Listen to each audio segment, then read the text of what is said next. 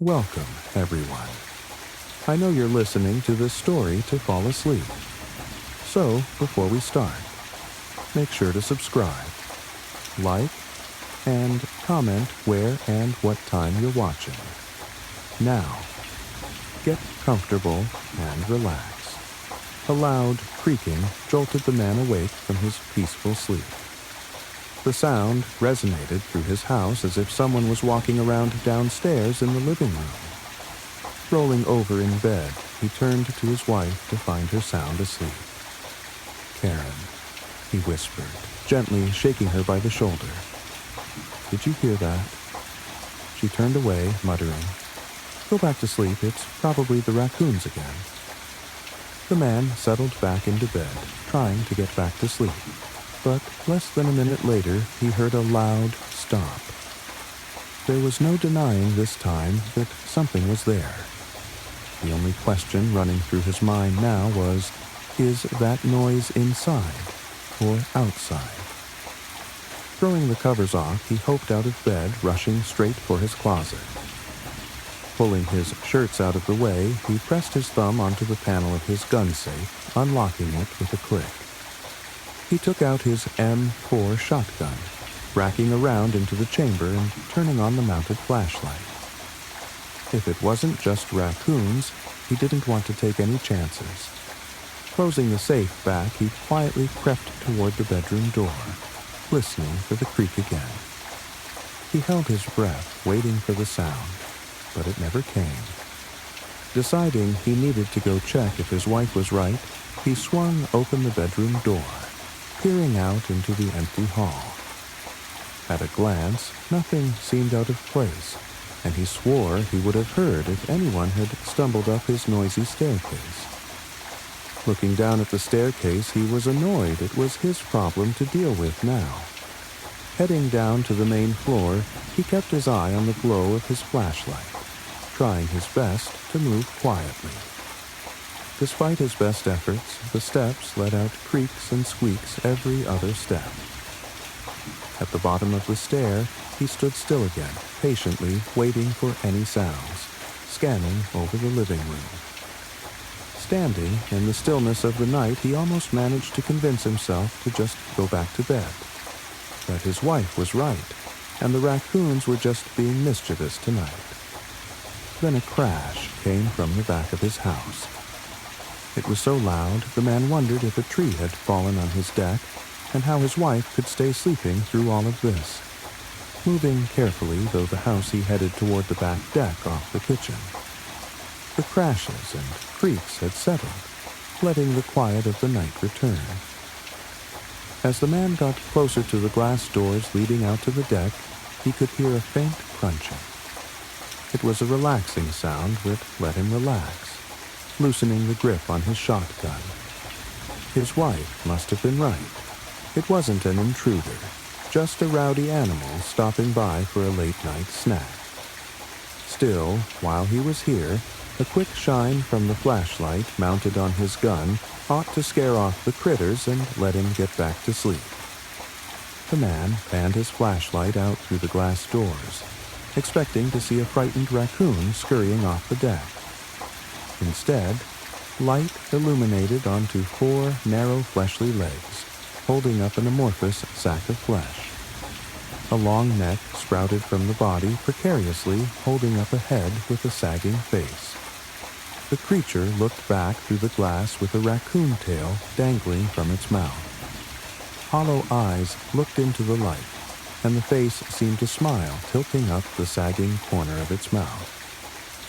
Before he knew it, the man was tightly bracing the shotgun to his shoulder. 2 rounds of buckshot fired out from the gun, shattering the glass door. The ringing out of the glass blended in with his blaring phone alarm, jolting the man awake in his bed.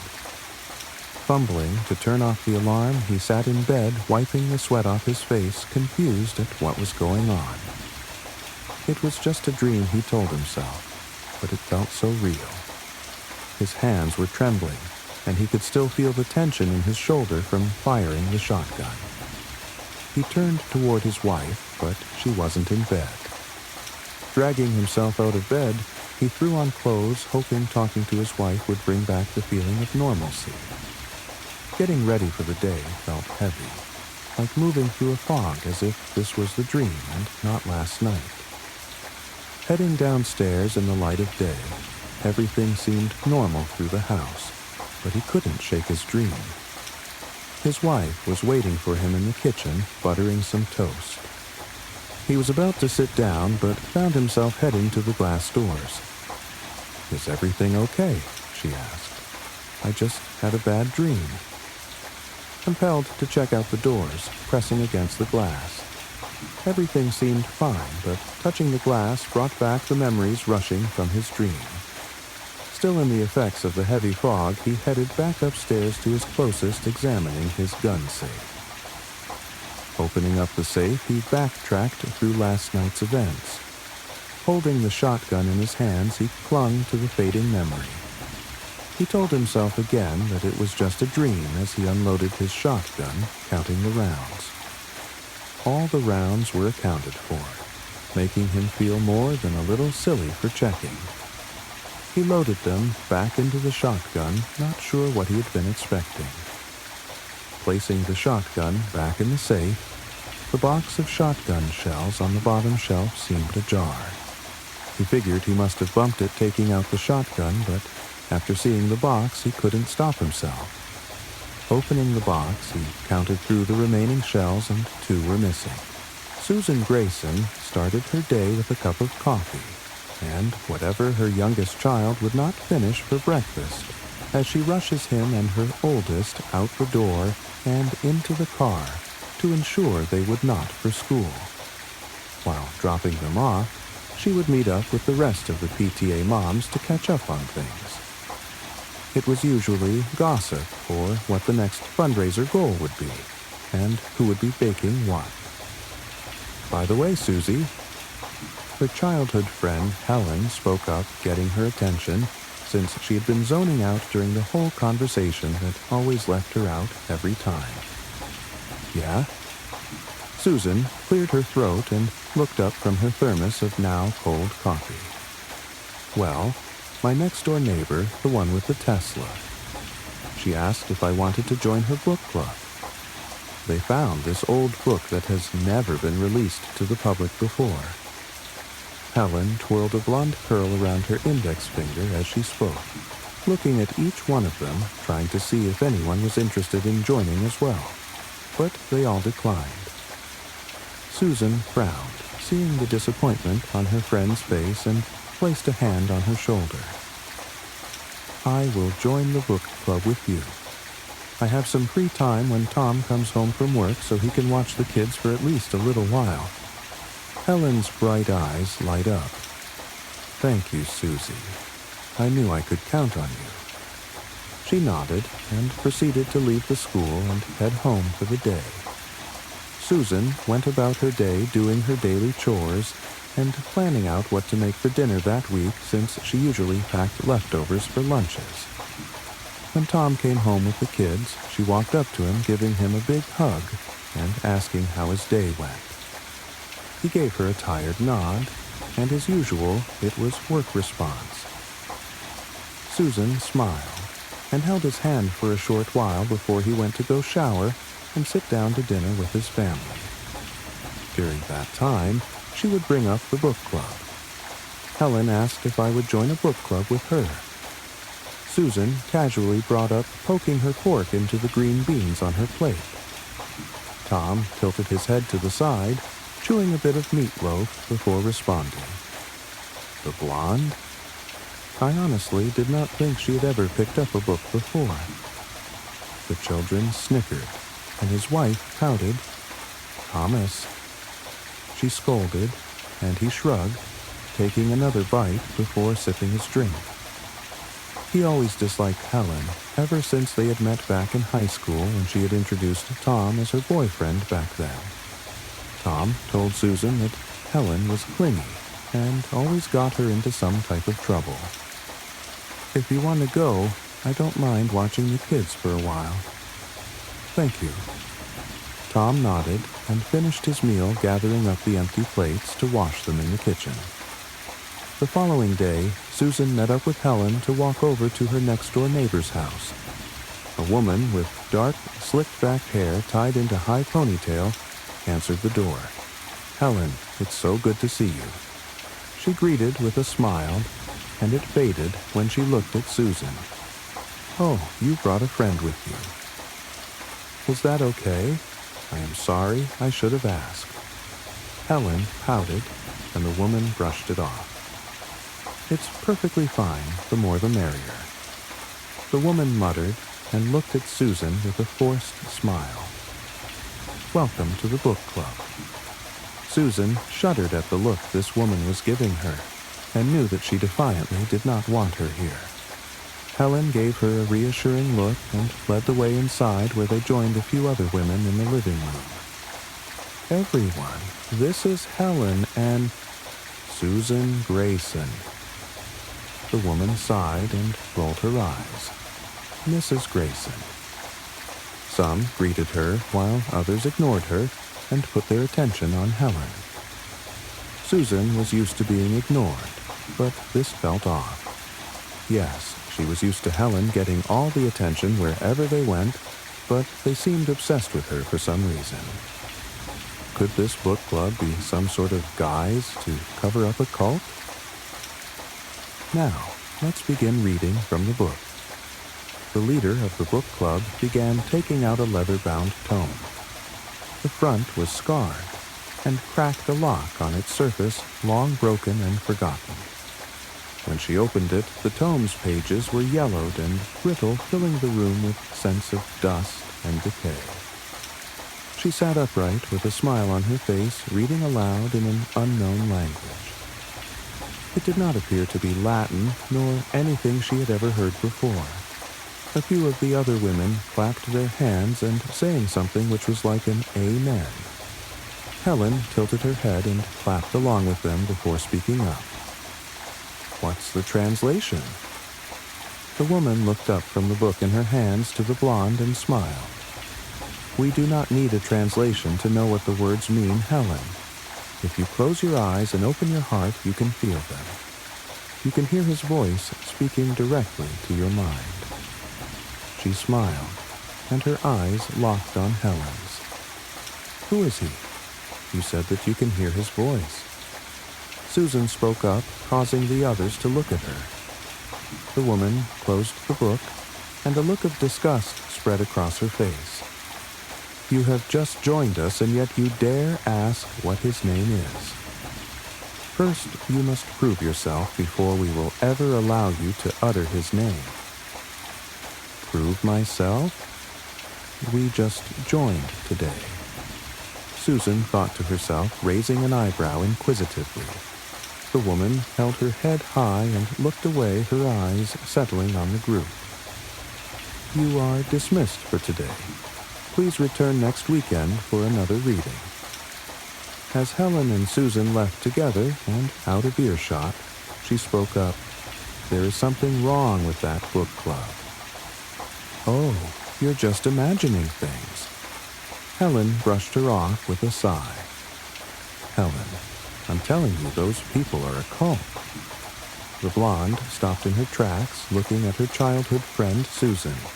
Her voice was stern, and her arms crossed in front of her. "If you keep saying such things, weird rumors will start to spread and innocent people will get hurt. So why do not you keep it to yourself?" "But Helen, Enough, Susan." The blonde turned on her heel. "I'll see you next weekend." Without another word, she went inside her house, leaving Susan completely alone. She needed to stop this, but how could she? Helen did not believe her. She thought that it was just some gimmick to get people to join the book club. How could she prove that they are bad people? Susan could not quit and leave Helen alone with those people her conscience would not allow her to. She would just have to continue to attend and find proof of what is going on between the lines that Helen is too oblivious to see. When the weekend rolled around, Susan was running a bit behind and arrived late at the club meeting. She reached out a hand to knock on the door, only to find it slightly ajar. Curious, Susan pushed the door open with her foot and stepped inside. The entrance was dimly lit and void of any light. Gently shutting the door behind her, she continued further inside, squinting her eyes to see better in the darkness. Thump, scrape, thump. Was that sound from the basement? Next to the stairs was an open door with a red light spilling out across the floor and walls. Taking a deep breath, Susan exhaled slowly, taking her time walking down the stairs where she found herself in an open room with a sacrificial altar in the middle. On top of it was Helen, dressed in white robes with her eyes closed. She slowly made her way over, gently shaking her childhood friend. Helen? Susan spoke in an intense whisper, glancing around them. "You're late, Mrs. Grayson." Susan turned, seeing the woman with the slicked-back dark hair and a high ponytail. She turned to face her brows, knitting in a furrowed expression. Susan clenched her hands into fists down at her sides. What had they done to Helen? What did you do to her? "My Mrs. Grayson, I did not know you were capable of such anger. I thought we were doing you a favor." "Doing me a favor? Helen is my best friend. Why would I want anything to happen to her?" The woman tisked and walked up to the altar. "Either way, you are too late. She will not wake up until the ritual is over. Why don't you finish it for us?" She turned to Susan, handing over a yellowed page. "All you have to do is read the words on the page." She held the page in her hand, looking at the ancient dialect before her. Finish it? No, Susan was not going to do that, was she? Before she knew it, her lips moved on their own, speaking aloud the words which were foreign to her. Helen began to cough her eyes, opening their usual light color, turning pitch black, completely engulfing even the sclera. The coughing became worse, and then the gargling started as Helen spat up blood. The sound of bone and flesh being torn and cracked filled the air, and when Susan looked down, she gasped, almost bumping into one of the members who held her by the shoulders. "Watch with us, Susan, and gaze upon his arrival." The woman raised her arms in the air. They chanted a name, something which came out in gibberish when it was spoken. Volgron. Volgron. Volgron. Just what was Volgron? As Susan questioned this, she watched as a creature crawled its way out of Helen's broken open rib cage. It moved and writhed its blood-drenched body out of the broken body under it. She looked up at it, frozen in fear. The creature's body was a blend of corded muscle and jagged bloodstone. Its eyes burned like molten embers, flickering like fire. Hooked horns curved downwards from its skull, its clawed hands dripped with blood. When it roared, the sound was a symphony of death itself echoing off the walls. Whatever this thing was filled Susan with dread, and now she had released it onto the world. May sighed with relief as she lowered her weary body to the side of the bed. Slowly, feeling every muscle and joint in her body protest, she shuffled herself into position and slid her legs between the sheets. "I'd forgotten how tiring it can be running after a child," she breathed, as she propped up her pillow and settled herself against it. "It's been a long time," replied Graham, not looking up from his book. May and Graham's son, Peter, and his wife and child were visiting from the eastern states for Christmas. May had spent the whole day taking care of her grandchild, Jacob, while Peter and his wife traveled to the nearest city to do some last-minute Christmas shopping. That was the one downside of May and Graham's idyllic property in the West Australian outback. It was a half-hour drive to the nearest town, which had precious few amenities itself, and to get any real shopping done, the only viable option was to travel to Mildura, over 2 hours away. When Peter and Helen had gone out to buy Jacob's Christmas presents, they decided to make a day of it so as to make the round trip worthwhile. Graham put his book down and took his glasses off. "I don't know why they left it so late," he grumbled. "It's Christmas Eve. It must be chaos out there." They didn't want Jacob to find the presents, May reminded him. "He's getting to that age where he's curious and prone to snoop. It would be such a shame to ruin the magic when he's only 4 years old."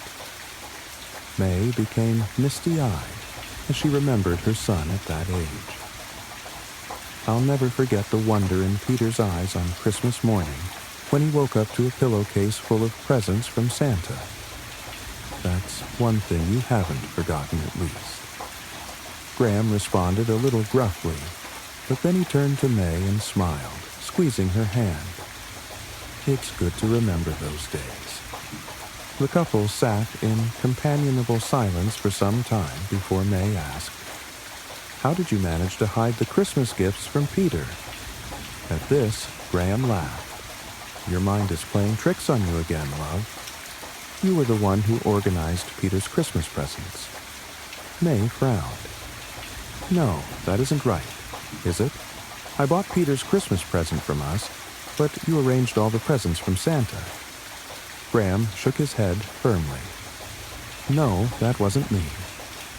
Confused, May sat and tried to concentrate on those memories, methodically going back through the years, right up to Peter's first Christmas in 1985.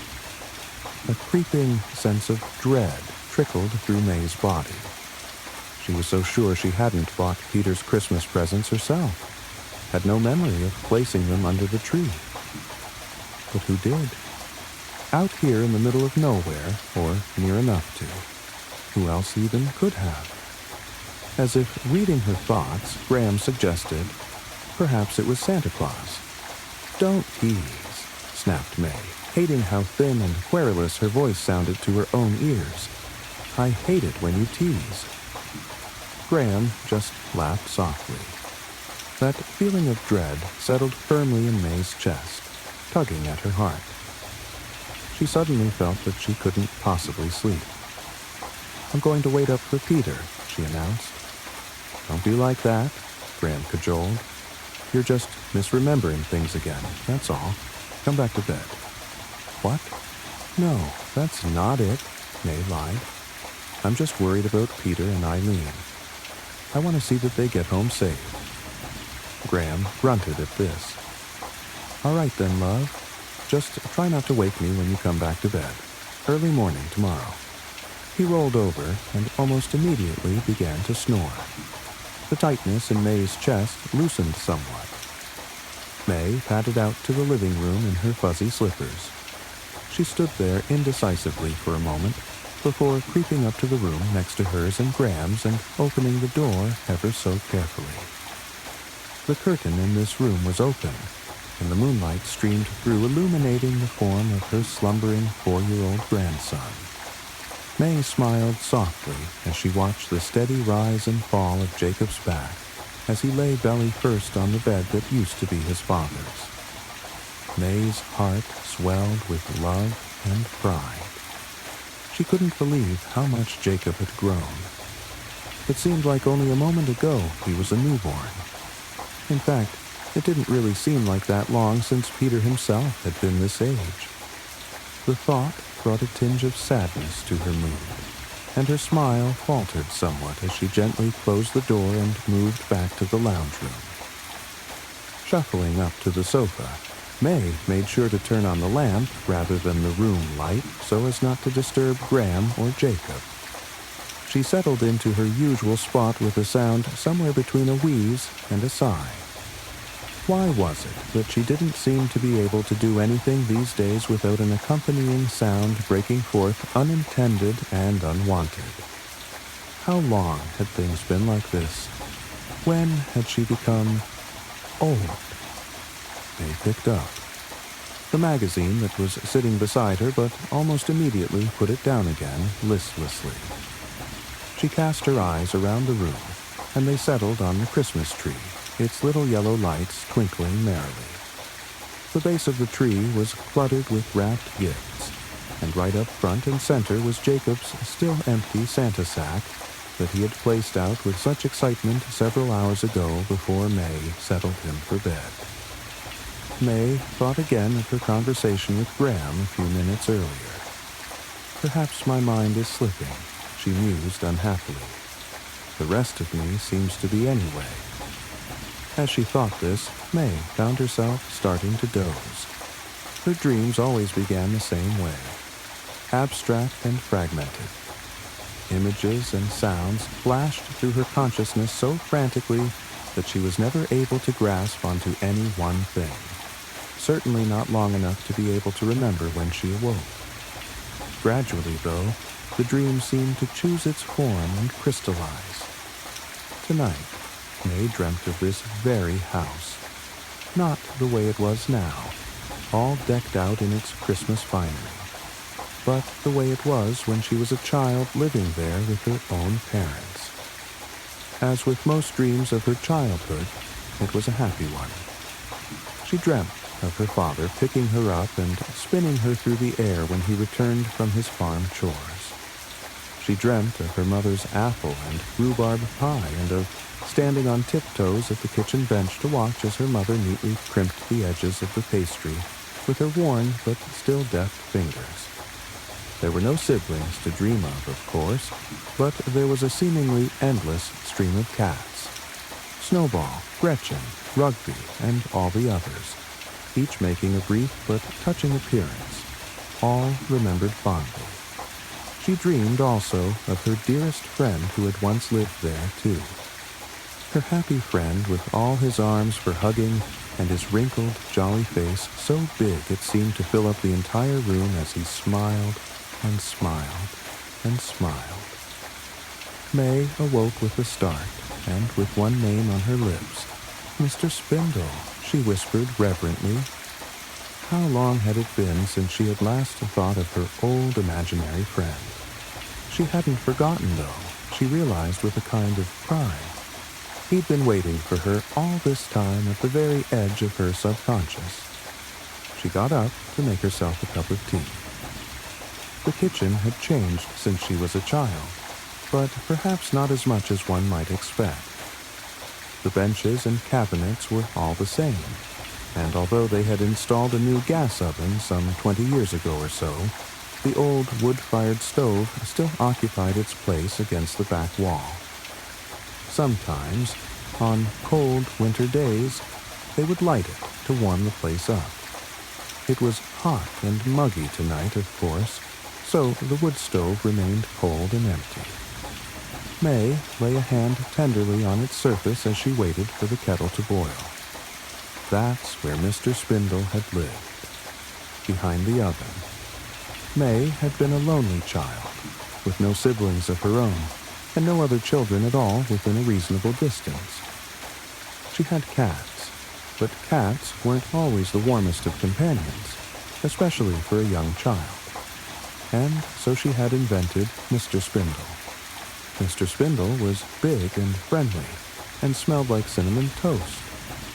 He had a huge round face. In fact, he was mostly face, with only a stick of a body, much like a very young child's drawing of a person.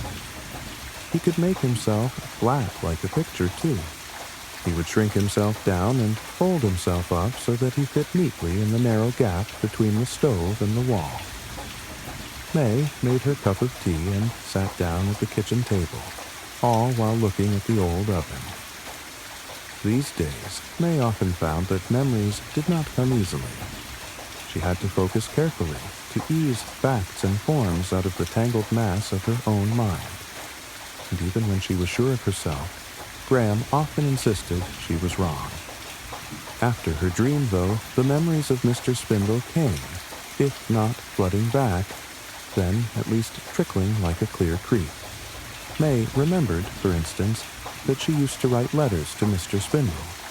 Well, perhaps write was generous, as she did not even know how to read at the time, but she would scribble on bits of paper.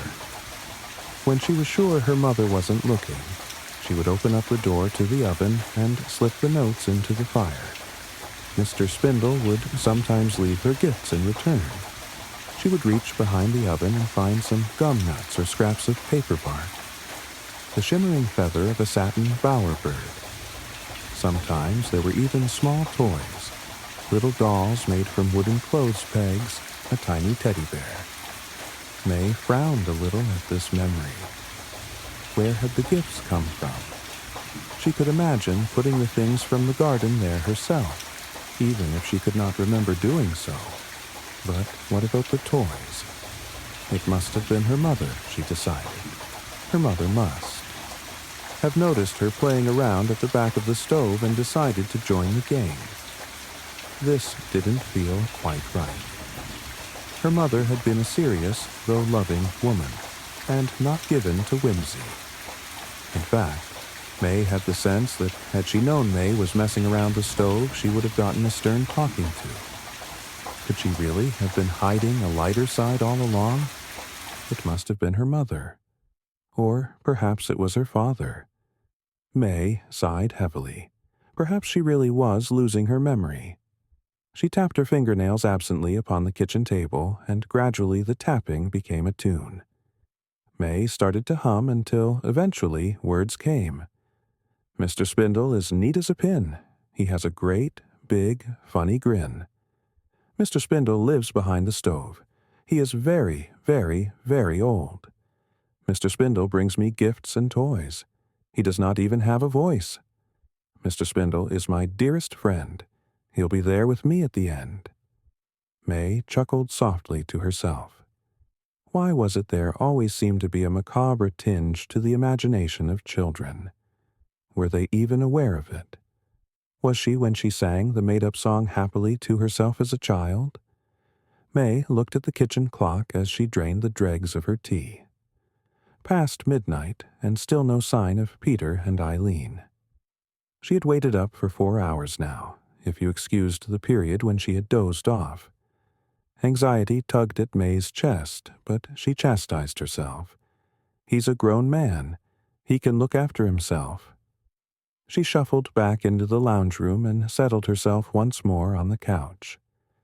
May watched the lights on the tree as they flickered on and off in a series of repeating patterns. Despite the nap and the tea, she still felt drowsy. Her eyelids drooped, and she hovered at the very precipice of sleep. A loud click startled May out of her dozy state. The door, she thought as she heaved herself up off the couch. Finally. Peter had his own keys, of course, but May wanted to meet her son at the door. She was already smiling as she turned the latch and swung open the wooden door. She was greeted, however, by nothing but the muggy summer night. May frowned and peered out into the darkness. No car. But she was so sure she heard them arriving. Disappointed and a little disoriented, May closed the door. As she turned to make her way back to the lounge room, she heard that clicking sound again. A little louder, and followed swiftly by a series of other clicks and taps. The sound was coming from inside, she realized. Something must have gotten in, May thought resignedly. Out here there were plenty of critters and creepy crawlies who did, unfortunately, have a way of making it into the house every now and then. Beside the Christmas tree, a broom was propped up to sweep away the stray needles. May grabbed it and, so armed, headed off to try and track the source of the clicking. The hallway was empty. No clicking there. She opened her bedroom door, but the only noise she found there was Graham's soft snoring.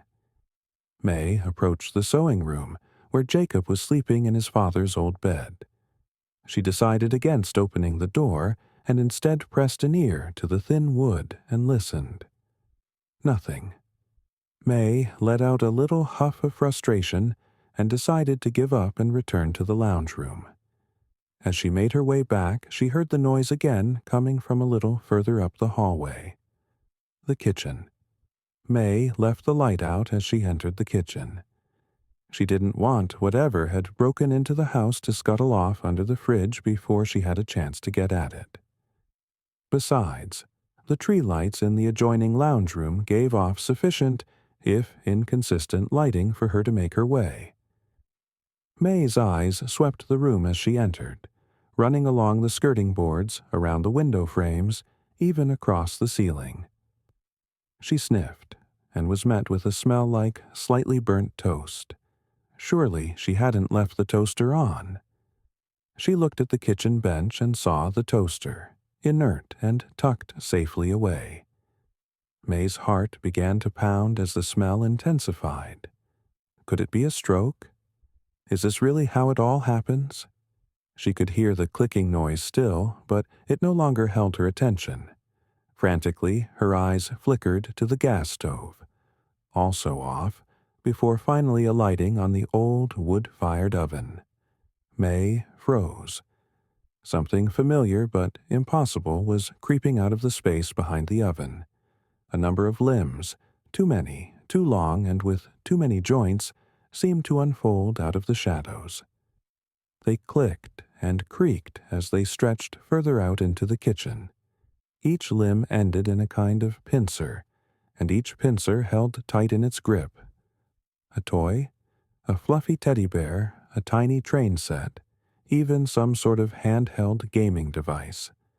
The thing somehow dragged them all out of the tiny space between the oven and the wall. As May looked at the toys, she noticed that none of them seemed quite whole. The teddy bear was missing an arm, and from the unfinished seam at its side hung strands of an oddly iridescent thread. The same threads hung from the other toys. Even the gaming device seemed to be somehow unraveling from the back, where the batteries should go. Gradually, the thing behind the stove revealed more of itself. An eye the size of a basketball peeked out of the shadows as the thing slowly revealed its body, which really was just an enormous, wrinkled head. Its huge, broad mouth was twisted into a manic grin, so wide it seemed to almost encircle the thing's entire head. Its teeth chattered and lips flapped in a parody of speech, but no sound came out but for the click, click, click, as the teeth met. More of those glimmering threads hung in loops from between the huge, blunt teeth. The flesh of the thing, both on its immense head and covering its many, many arms, appeared plush and velvety, which in combination with the wrinkles made May think, incongruously, of a pug. Except, where puppies wriggled and wagged, this thing seemed to vibrate slightly, its whole body shivering in little spasms. Up and down, up and down. As the thing advanced, the burnt toast smell became stronger, undercut now with something sweet and spicy, like cinnamon donuts or gingerbread. May could taste the sickly combination at the back of her throat. Somewhere inside May, something broke. As she clutched her chest, ambivalence reigned in her racing heart. She was terrified, of course, but also strangely triumphant. Gasping, she fell to her knees and, in that moment, realized two things with perfect clarity. Her memory was as sharp as it had ever been, and there was no such thing as Santa Claus. I thought missing my dad's funeral was the worst-case scenario. I was wrong. Long drives have a hypnotic effect on you, the passing, broken white lines like a swaying pocket watch from some shady hypnotist telling you to sleep. Not to mention, with the thoughts of your father's body mangled in a hospital bed flashing in and out of your mind, it's safe to say the 15-hour drive from Stony Rapids to Regina felt like years. On my first day driving, around 8 p.m., I had been on the road for 7 straight hours, only stopping once to pee and fill up on gas and snacks. I honestly was not in a good state to drive. Almost no sleep and intermittent periods of intense pain and anxiety that the flat Saskatchewan landscape turned into green oil paintings through my welling tears. Safe to say, when I thought I heard a whisper over the radio, I brushed it off immediately, as just me hearing things through my delirium. Just 30 kilometers from my hotel, I heard it again. This time, I could almost make out a single word. Fault. I quickly look around me. Going 110, I do my best to look behind me and all over the car the best I can without swerving into a ditch. Once again, I chalk it up to my exhausted mind playing tricks on me while in the isolation of my car on a dead road near the middle of the night. But I decided to drive the rest of the way in without any radio, just in case. Just 2 kilometers outside of the town of L'Orange, where I booked my hotel, I heard it again. It's not your fault, I heard in a whisper so quiet that even without the radio I almost missed it. I immediately jerked my head to my back seat, and through the darkness I swear I saw something just fall behind my back seats and into my trunk. I could not make out any sort of figure, but the worst part was the noise. The sound I heard when it jumped in the back was like the scurry of 1,000 rats, as if whatever this thing was had hundreds of legs on all sides of its body moving in unison to stay out of my sight. I immediately pulled over and got out. The cold wind of the night shocking my system as I disrupted my warm hideaway provided by the car's heater. Call me crazy, call me a pussy, I don't care. I'm exhausted and mentally shot, so if I'm not just imagining things, I want absolutely nothing to do with whatever the hell that was. I'm only a couple kilometers away from my hotel. I'll just walk, go get some rest, and come back to my car when I have a clearer head in the morning. So I quickly grab all my valuables out of the front seats, lock the doors, and write down the location of my car and start walking. I get about half a kilometer down the road when I look back and my car is the same distance behind me as it was when I left. Not like I am in the same spot I did move up the road, but it's like my car was tied to me with some imaginary string keeping it at the same distance. The engine was not on. I had the keys in my pocket. The doors were locked. It's strange what your mind remembers in moments of terror. I remember looking both ways down the road, as if to confirm I wasn't the only one seeing this. I was. This isn't my imagination playing tricks on me anymore. This isn't explainable. No one else is on the road at this time, and I am all alone with a possessed Chevy Equinox. I stood there for what might have been minutes, just looking at my vehicle. Not moving, not started. Just sitting there staring back at me waiting to start walking like a dog, looking at its owner before going on a walk. Finally, I see headlights in the distance heading towards me. I'm snapped back into reality, and without conscious thought I put my hands up to try and wave down the passing truck. Not surprisingly, a guy flailing his arms around at you on the highway at 1 a.m. isn't exactly a situation most people would feel hospitable in. He just drove by.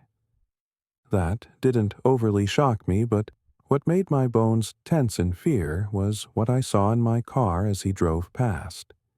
In my back seat, the headlights flashed the silhouette of a massive black mass of fleshy tendrils sloshing around like a puddle of sentient intestines. After about 10 seconds of paralyzing fear, bugs buzzing past my face, with the light-passing truck still imprinting hot white dots in my eyes. I did the only thing my mind could think of.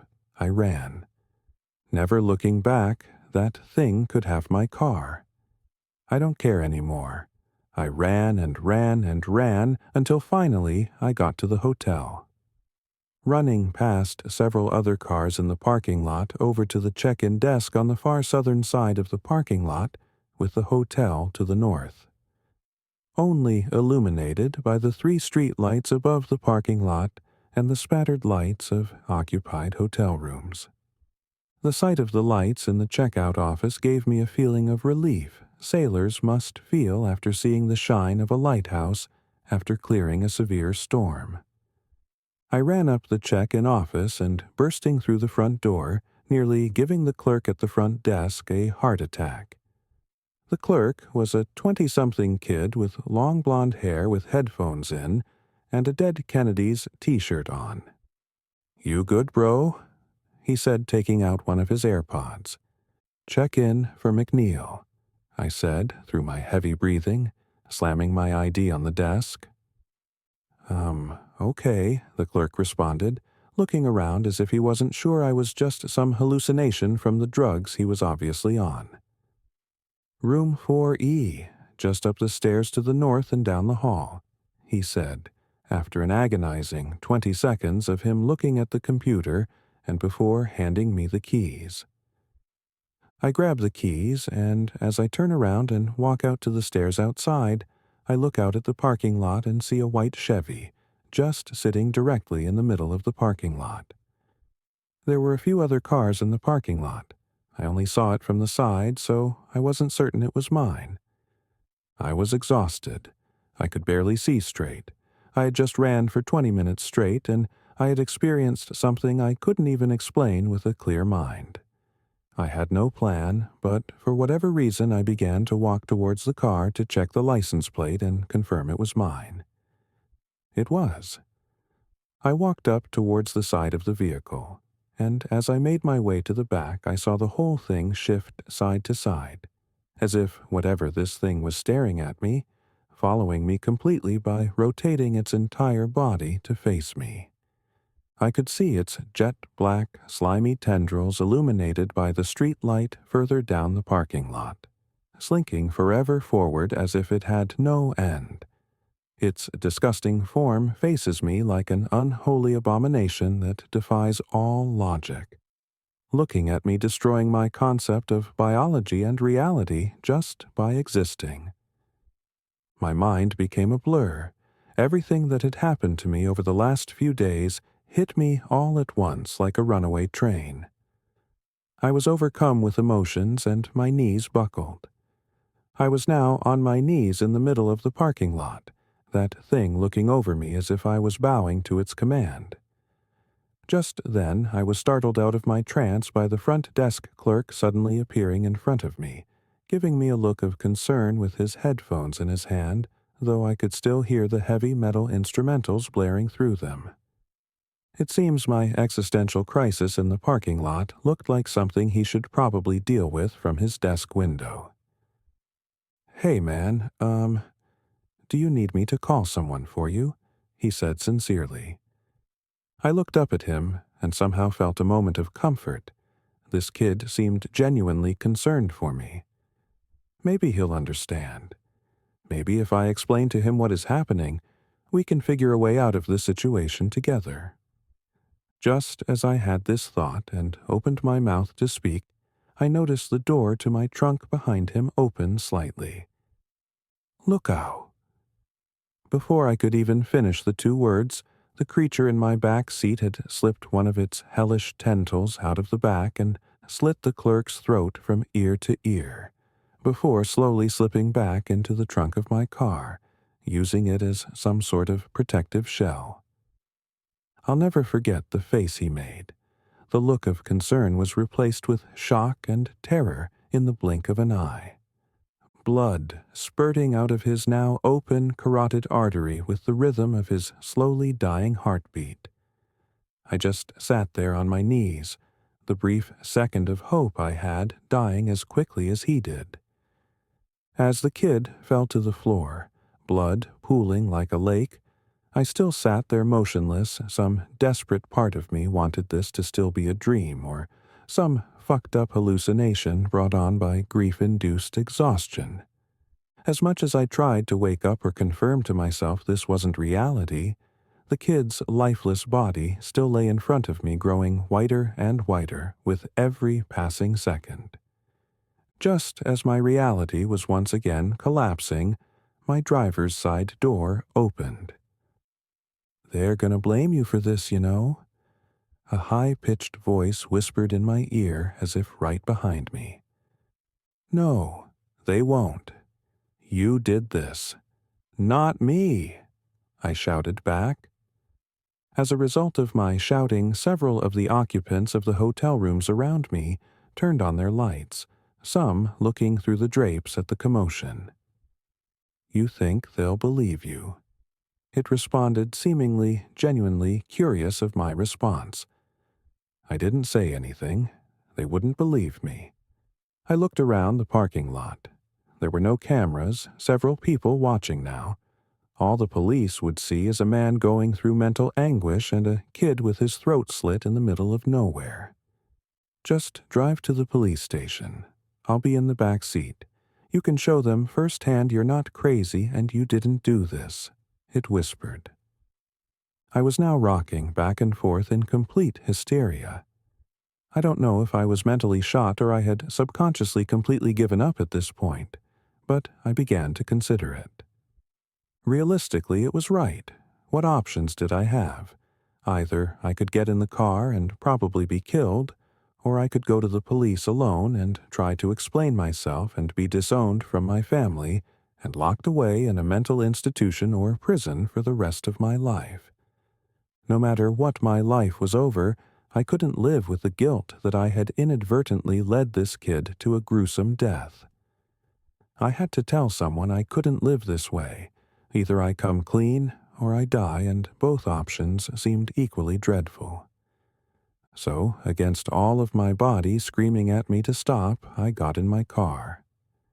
I almost felt a fraction of a second of comfort as I remembered the warmth on my heater still trapped inside. Once I sat down and closed the door, I felt a sort of stomach-dropping regret I can't even describe to this day. "It's not your fault," it whispered. "I know it's not. You killed him. You killed me," I responded in a low, aggressive, but broken tone. "Let's go talk to the police. Let's figure this whole mess out," it said after some silence. I pulled out of the parking lot and headed to the police station on the other side of the town, a short 5-minute drive away. "You're special, you know. He gave me you. Of all people he could have chosen, he chose you," it said just a minute into the longest drive of my life. I didn't want to respond. Whatever the hell was happening was something beyond my understanding. But eventually I realized if I was going down, I might as well know why. "Who?" I responded. "Your father," it whispered. I slammed on the brakes and looked in the rearview mirror. Just in the moment it occurred to me how large this thing was. It tensed in fear like a child about to be scolded by their parents. Even in its tense state, it still took up the entirety of the back of my car. I couldn't see a sliver of my rearview window. Just the sight of it made my stomach turn in with dread. "Don't you ever talk about my father. He would never let you do this to me, you son of a bitch," I screamed through my tears that seemingly had no end. "Oh, I'm sorry. Your father did want to protect you. On his deathbed after the accident, he prayed for your protection. I just think he didn't realize who he was praying to," it responded. I slumped in my chair. What was left of my sanity was now gone. I looked out my driver's side window and into the inky black void that was my surroundings. Only light coming from my headlights and the street light a kilometer down the road. Without another word, I shifted the car back into gear and started driving again. "I think you'll learn to appreciate me after a while. It was your dad's wish for me to look over you after all," it continued, whispering and whispering, never shutting the fuck up until I would completely collapse and fall apart at the seams. I turned onto the road the police station was on, a long road with a dense forest on my right with thick spruce trees all along the road. Nearing the end of the road, close to the station, I noticed an extremely thick tree at the end of the road. If this thing was right and I'm destined to be watched over by this thing from some sick bastardization of my father's final wishes, then I wasn't giving it the satisfaction of having me for long. My foot slowly pushes the gas pedal. As my car gets faster and faster, I unbuckle my seatbelt. I wanted to make a prayer for my family in these brief seconds, but I didn't know what could be listening, so I simply let the trees rush past as I reached 120 kilometers per hour. As I was just 300 or so feet away from my fate, it spoke one last time. I'm a seasonal worker at a dying mall in Michigan. I remember when this place used to be popping, especially around the holiday season. But now, the only businesses that are open are a J.C. Penney, a Goodwill, a Mexican restaurant, a Dunham's Sporting Goods, and the saddest Victoria's Secret you've ever seen. When I was a kid, we would come here right before Christmas. We never really bought anything. I would just throw all my pocket change into the fountain, and we'd eat at the Mexican restaurant. But, most importantly, we'd go see the big man himself, Santa Claus. Even though my parents never told me that Santa was a real mythical being, they did tell me that Santa is a fun game that everyone participated in for Christmas. Looking back now, I just think they didn't want me to spoil the illusion for any other kids at school. This Christmas, I was the mall Santa. I was home from college on Christmas break, and everywhere I applied for work was staffed full. The pay for being this mall Santa was weirdly good for a dying mall. Apparently, some local eccentric rich guy enjoyed making this magic happen, so he sponsored the event every year. The guy was paying me $45 an hour, 5 hours a day for a week. I hopped on that opportunity before anyone else could. The first day of work was easy enough. About 30 families came through. The kids cried as they got their pictures taken, and they told me they wanted V-Bucks and told me I had skibidi riz. I'm only 21, but these kids were making me feel like I was the actual thousands of years old Santa Claus. I'm not one to critique the younger generation, because I was once that kid calling everyone bae, and I screamed butter whenever I got a gold ingot in Minecraft. I'm just glad the kids are all right. The one upside to the gig was that I was really hitting it off with the woman who was playing the elf. She was the mysterious rich man's daughter. Her name was Amara, and boy was she a smoke show. She told me about how her dad has been the CEO of various oil companies, health insurance agencies, and is actually the owner of this mall. She said that he didn't have the heart to close the place because it meant so much to him as a child. The rest of the week went about as you'd expect. Kids, pictures, V-Bucks, and flirting with Amara. On the last day of work, Amara's father came in to meet me. His name was Damien, and he was super cool. He looked like he could be anywhere from 35 to 75 years old. It was hard to get an accurate gauge. Amara told me he uses some weird experimental anti-aging stuff. He came in dressed as an elf and interacted with all the kids, and even handed out $100 V-Bucks gift cards and candy to all of them. He was a superstar. After the night was over, he invited me over to his place for a big Christmas dinner. Christmas wasn't for another 2 days, but he said that he wanted to congratulate me on being his best mall Santa he'd ever employed. I was starving and poor, so going to the strange multimillionaire's house for fancy people food sounded a lot better than another McChicken for the 4th night in a row. It took an hour and a half or so for the chauffeur to get us to their house. They lived in the middle of nowhere way back up in the woods. The driveway must have been at least 2 miles long. The house was immaculate. It was a giant 25,000 square foot log cabin. The fence and gate that surrounded the property was gilded with various iron work art pieces. The one I locked in on was a nativity scene, but the baby Jesus was missing. I couldn't tell what was in his place, but it didn't seem like that mattered. We got inside, and one of his many butlers gave me a bag. He told me to go take a shower and to meet them in the main dining room. Amara led me upstairs to the bathhouse for me to take my shower. When I say bathhouse, what I mean is a giant room with a bathtub the size of your standard middle-class backyard pool. The walls and ceilings were full of shower heads that must have had a bajillion different settings, and some of them detached from the wall. There were vents all around that let in warm steam that smelled like herbs and spices like rosemary and lavender. I was in heaven. I went to take my clothes off, but Amara was still there looking at me. I hesitated, but she insisted that I undress. She even led the way by doing so herself. I'll spare you the details. After the most amazing shower of my life, Amara and I went down to the dinner table. It must have been 30 feet long, and it was full of food.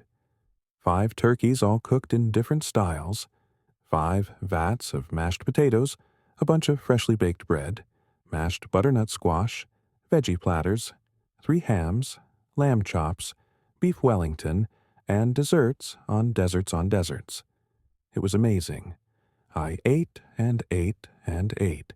All but a few of his employees were eating. The ones who were serving had already eaten their fill. It wasn't until my 5th glass of wine that Damien spoke. Damien, I would like to wish all of you here today a very Merry Christmas. For those of you, and I see many of you, chuckles mirthfully, who have drank too much are free to spend the night. We have plenty of beds and rooms for all. Please keep eating and drinking and making merry. I must now retire to my bedroom. I can't party like I used to. Merry Christmas to all, and to all a good night. We all responded with a boisterous Merry Christmas, and clapped as he left. Amara and I were seated next to each other, and she kept filling my glass with exotic wines that I could never afford. She kept whispering sweet nothings into my ear until it was time for us all to go to bed.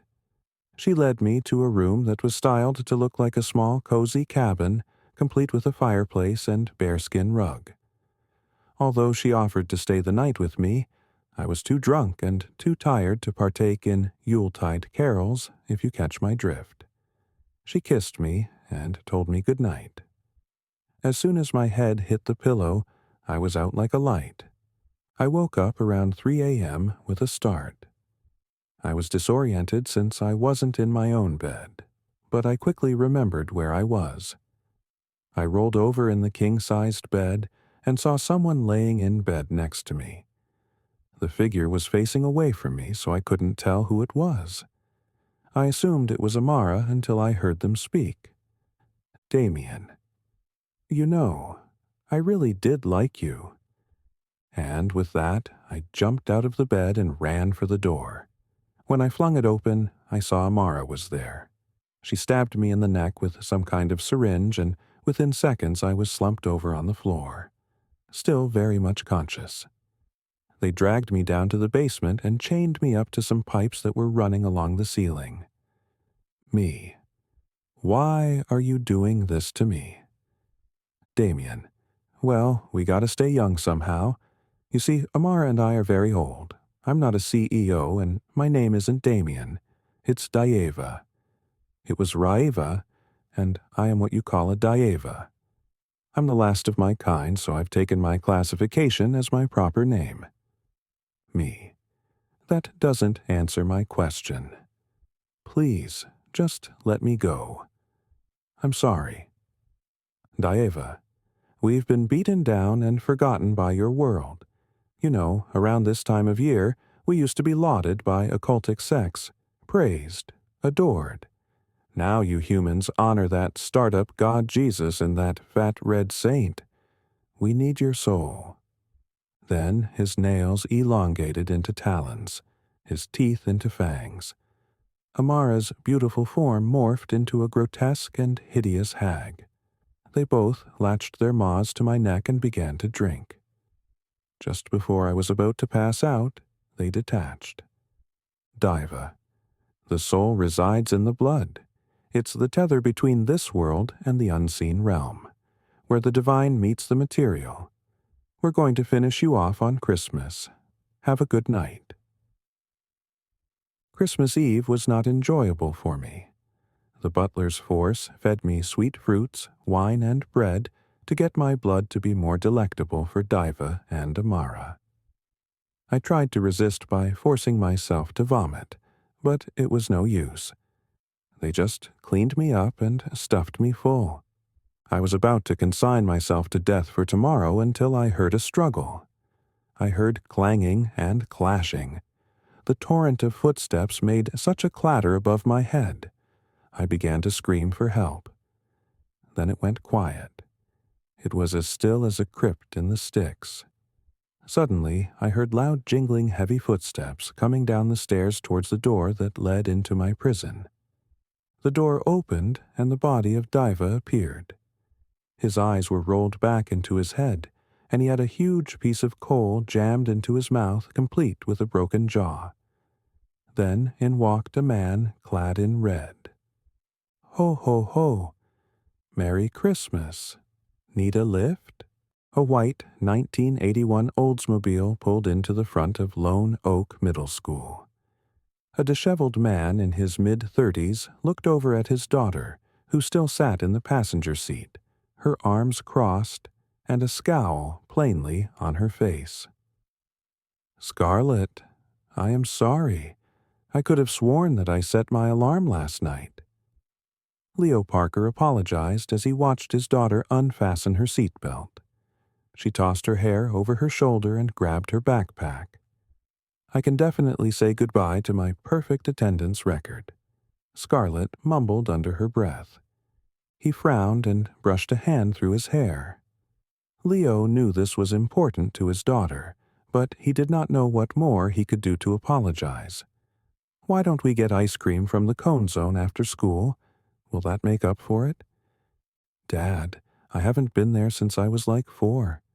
She groaned in annoyance, rolling her eyes, and opened the car door, stepping out. Have a good day, sweet pea." Leo waved as the door was shut and muffled his words. Watching her retreating figure walk down the cement path and into the building, he turned towards the steering wheel, gripping it tightly. Leo had been raising Scarlett by himself ever since the woman he had relationship with dropped her off on his doorstep. Whether she was really his or not, he raised her. Shifting the car into first gear, he drove off, following the curve of the road that looped around the hill leading to a stop sign. Leo Parker worked from home as an editor and set his own schedule, which was helpful while having a preteen to take care of. At times, he felt like he was not in her life enough, or maybe he tried to get too involved, hoping that he was doing this whole thing correctly. When Leo got home, he tossed his keys onto the counter and kicked off his shoes at the door, walking into his office to power up his computer.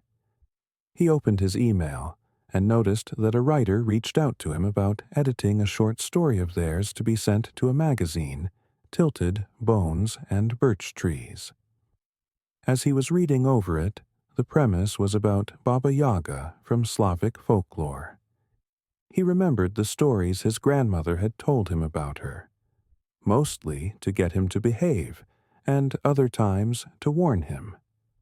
Leo would always ask her, "How will I know it is her?" She would simply shake her head and say, "When the winds turn wild, and there is whistling through the trees which will creak and moan, and the air turns bitter cold." Those words always sent a shiver down his spine, and still does to this day. Time went by as he made a few edit notes and sent it back to the writer. Leo looked at the wall clock of his office. One of those antique cuckoo clocks let him know it was now time to go pick up Scarlett from school. Arriving at the school, he noticed his daughter was standing off to the side by herself, while a group of kids talked to each other while glancing her way. Leo frowned. Was she being bullied? Once Scarlett spotted him, she rushed up to the door and got inside. "Hey, sweet pea, how was you?" he began, but she cut him off by replying, "Can we just go home, please?" Scarlett fastened her seatbelt and looked down at the floorboard of the car. He frowned and nodded, figuring she needed some space before he could ask her what was going on.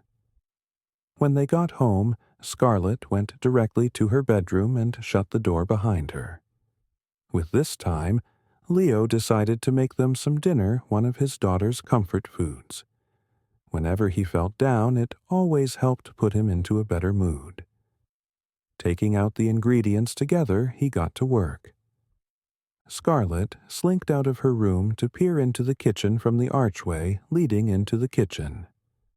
"Is that French toast?" she asked, causing her father to jump and acknowledge her burning his hand on the frying pan. He let out a curse.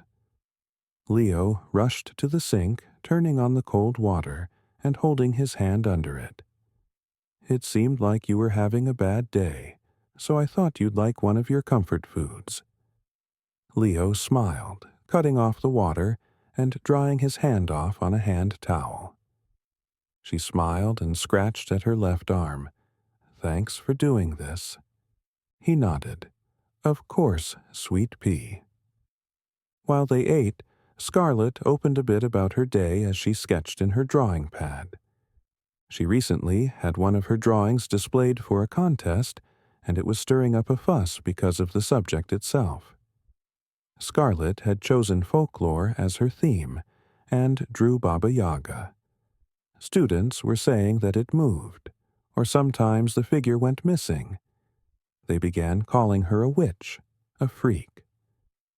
Scarlett frowned, pressing down a bit too hard with her pencil, causing the lead to snap. "Everything okay?" Leo asked his daughter, looking up from his plate. She nodded, putting down her drawing pad and pencil. "Yeah, just, school stuff." "School stuff, huh? Are your classmates giving you trouble?" "Kind of." Scarlett sighed.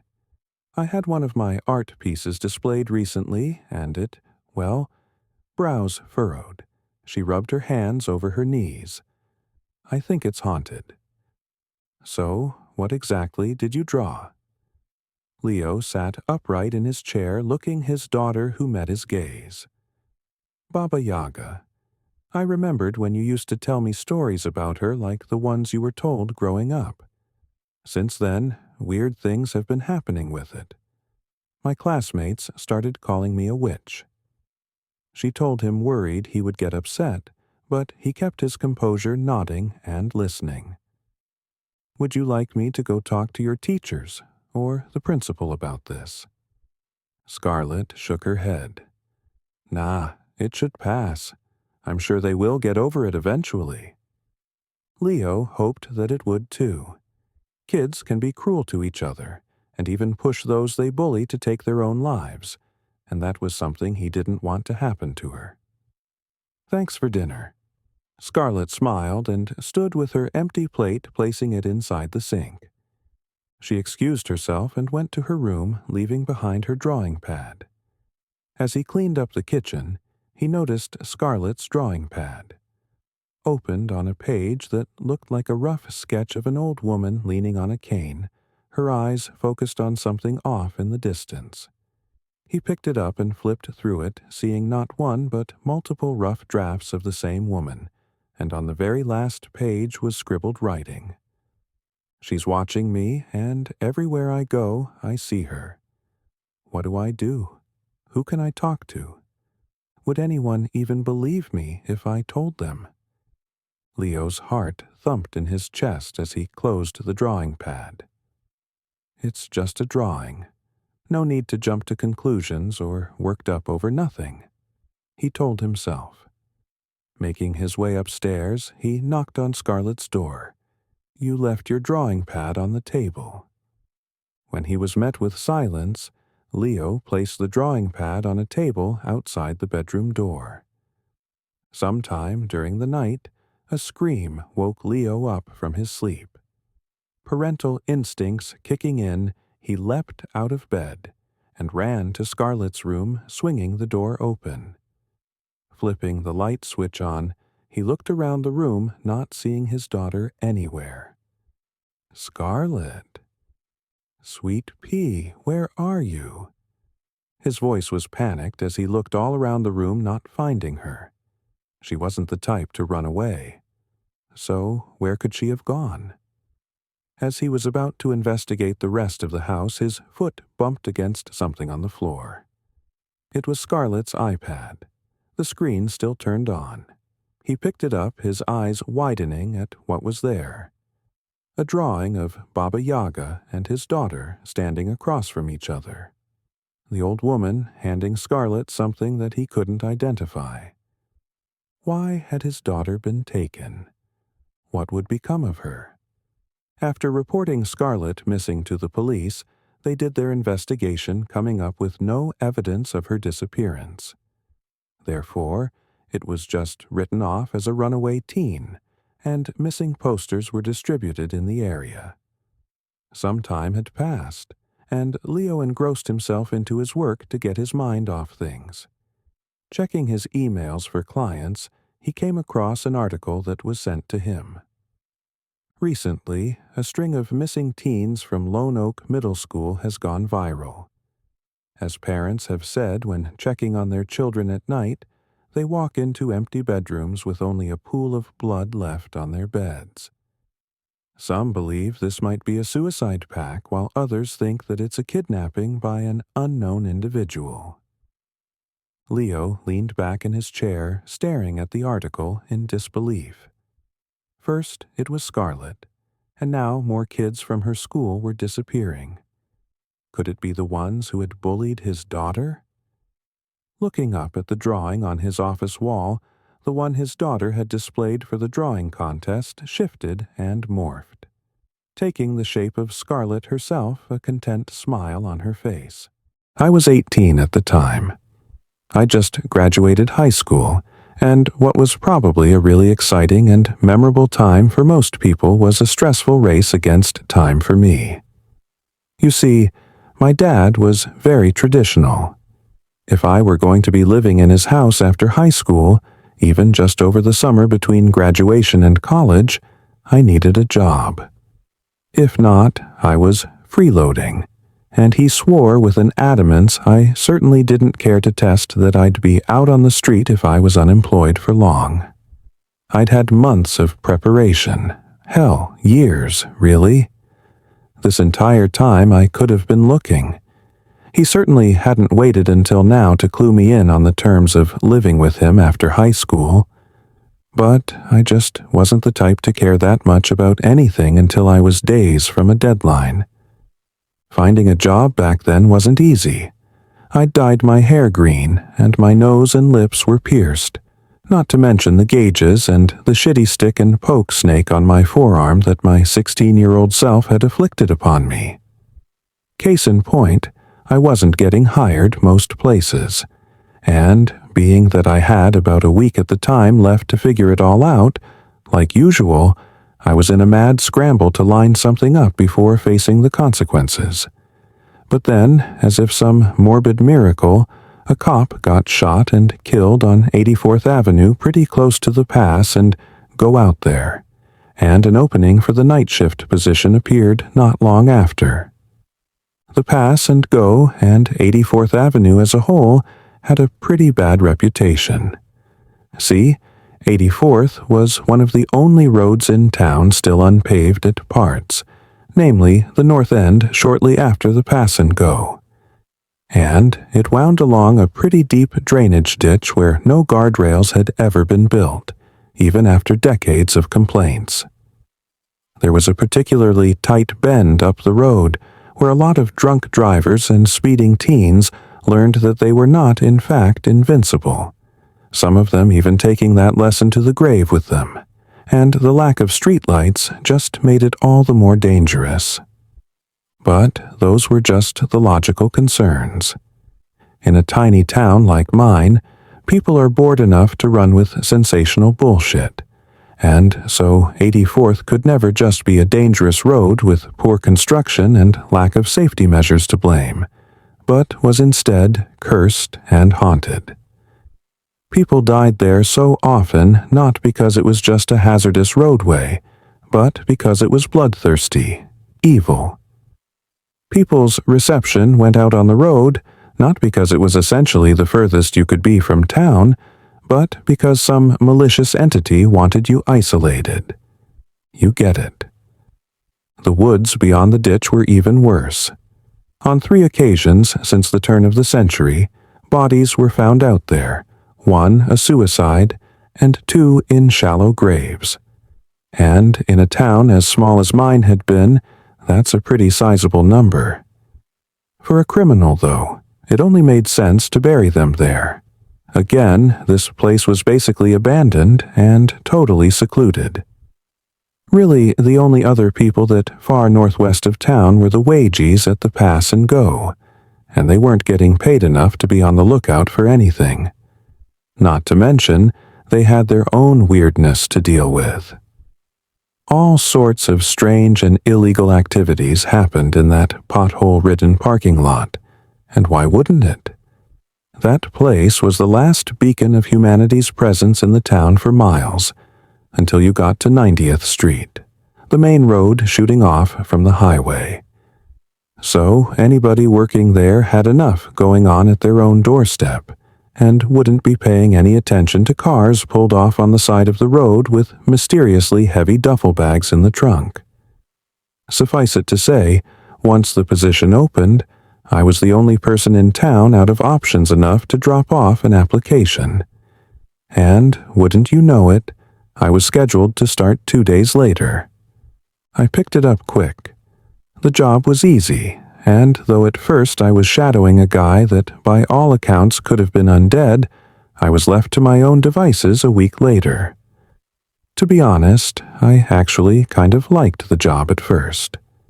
10 p.m. to 6 a.m. were pretty standard hours of consciousness for me anyway, and working the graveyard shift finally gave me an excuse to sleep in until 3.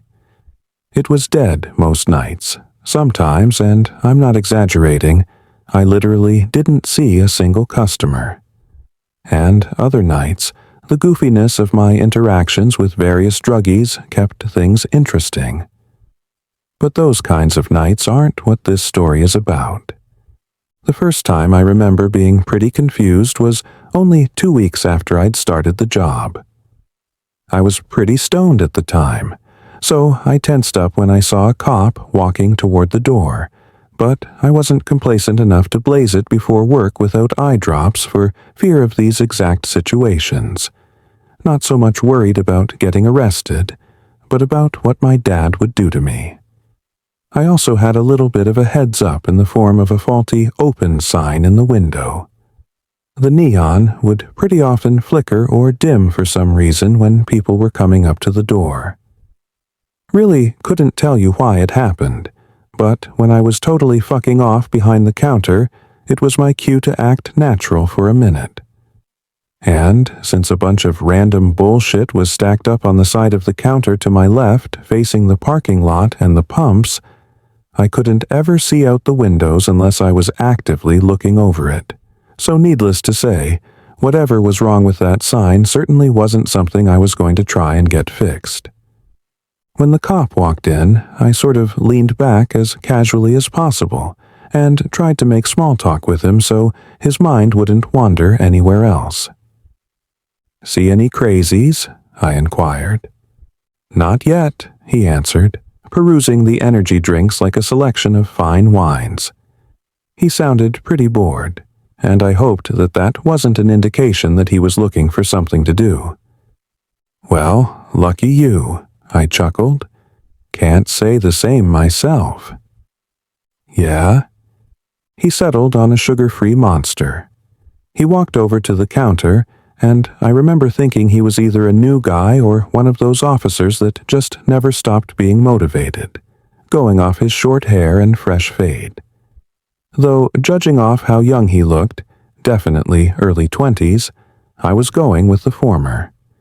These were the worst types of cops from my experience. They're always looking for a way to stand out to their higher-ups. "Yeah," I continued. Saw a lady sleeping in a shopping cart out back. Asked her why the shopping cart, and she said she learned from a TV show that you should never sleep on the bare ground. You learn something new every day, I smirked. That actually happened last week, but who's counting? He actually smiled slightly. Weirdos, man. Yeah. Will that be all? Yeah. $3.29. He tapped his card on the reader, and while the sale processed, I remember actually feeling slightly concerned for the guy. I wasn't a big fan of cops, but one of them had died around here recently after all, and just talking with this guy face to face sort of humanized him to me. As he cupped the top of the drink and slid it off the counter, I said, "Stay safe out there." He glanced at me and raised an eyebrow. You know something I don't? Nah, just, that cop that got shot out here a couple weeks ago. Huh? I just stared at him. Listen, he peered at my name tag for a second. Carter, you can't believe everything you hear about this place. 84th Avenue. It's just a street, man. Most of what you hear about this place is embellished or even totally made up. Yeah, all right. Well, have a good night, officer. I paused, squinting at his name tag back. Brady. He walked off into the night, his energy drink in his hand. At the time, I didn't give that interaction a whole lot of thought. I learned most of my news from memes, and it was definitely possible I'd been wrong. Unlikely, but possible. But over time, stranger things began to occur. And I'm not talking about druggies sleeping in shopping carts. I began to pick up on an anomaly with the neon sign. See, it actually didn't flicker very often. It seemed to at first, but after getting caught off guard multiple times by random people coming in, I realized I couldn't trust it as much as I thought I could. Yet, strangely, though it seemed inconsistent, I realized it always blinked and dimmed for certain people. There was this lady that would come in about once a week and buy a scratch-off ticket. I figured she had to be pretty depressed, 'cause she was always wearing the same clothes, and was coming to this dingy-ass place with relative frequency. Every time she'd ask for the same ticket, Cash Kaiser, and every time I'd slide it to her, she'd smile at me and say, "Maybe tonight's the night." Even in her voice, I could hear how much she needed a break. But I guess tonight was never the night, 'cause a week or two later, she'd always be back, always dressed the same, always buying a colorful strip of false hope that things would suddenly change for her. I tried to chat with her the more she came in, but she wasn't keen on giving away details about her life. She was mostly unresponsive, just nodding or giving me one-word answers, and then she'd head out in kind of a hurry. But her clothes weren't the only thing that stayed the same every time. Every single time she came into the pass and go, that sign would flicker. Now, I could have just been reading into things too much.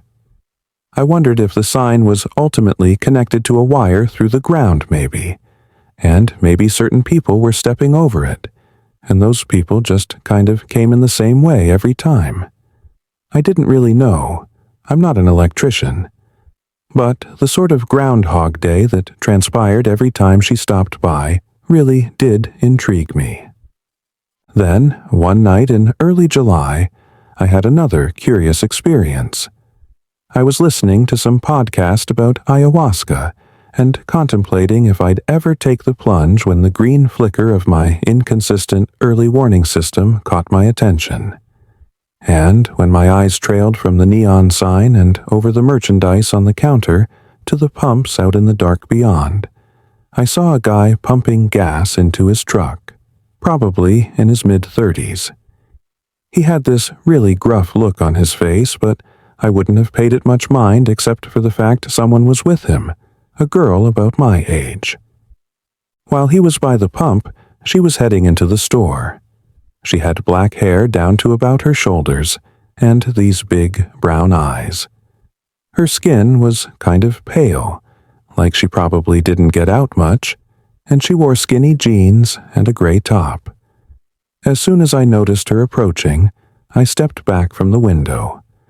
I definitely didn't want to creep her out by being seen peeking over the counter through the glass. She came in, and as the chime above the door rang, I couldn't help but glance at her as she beelined to the snacks.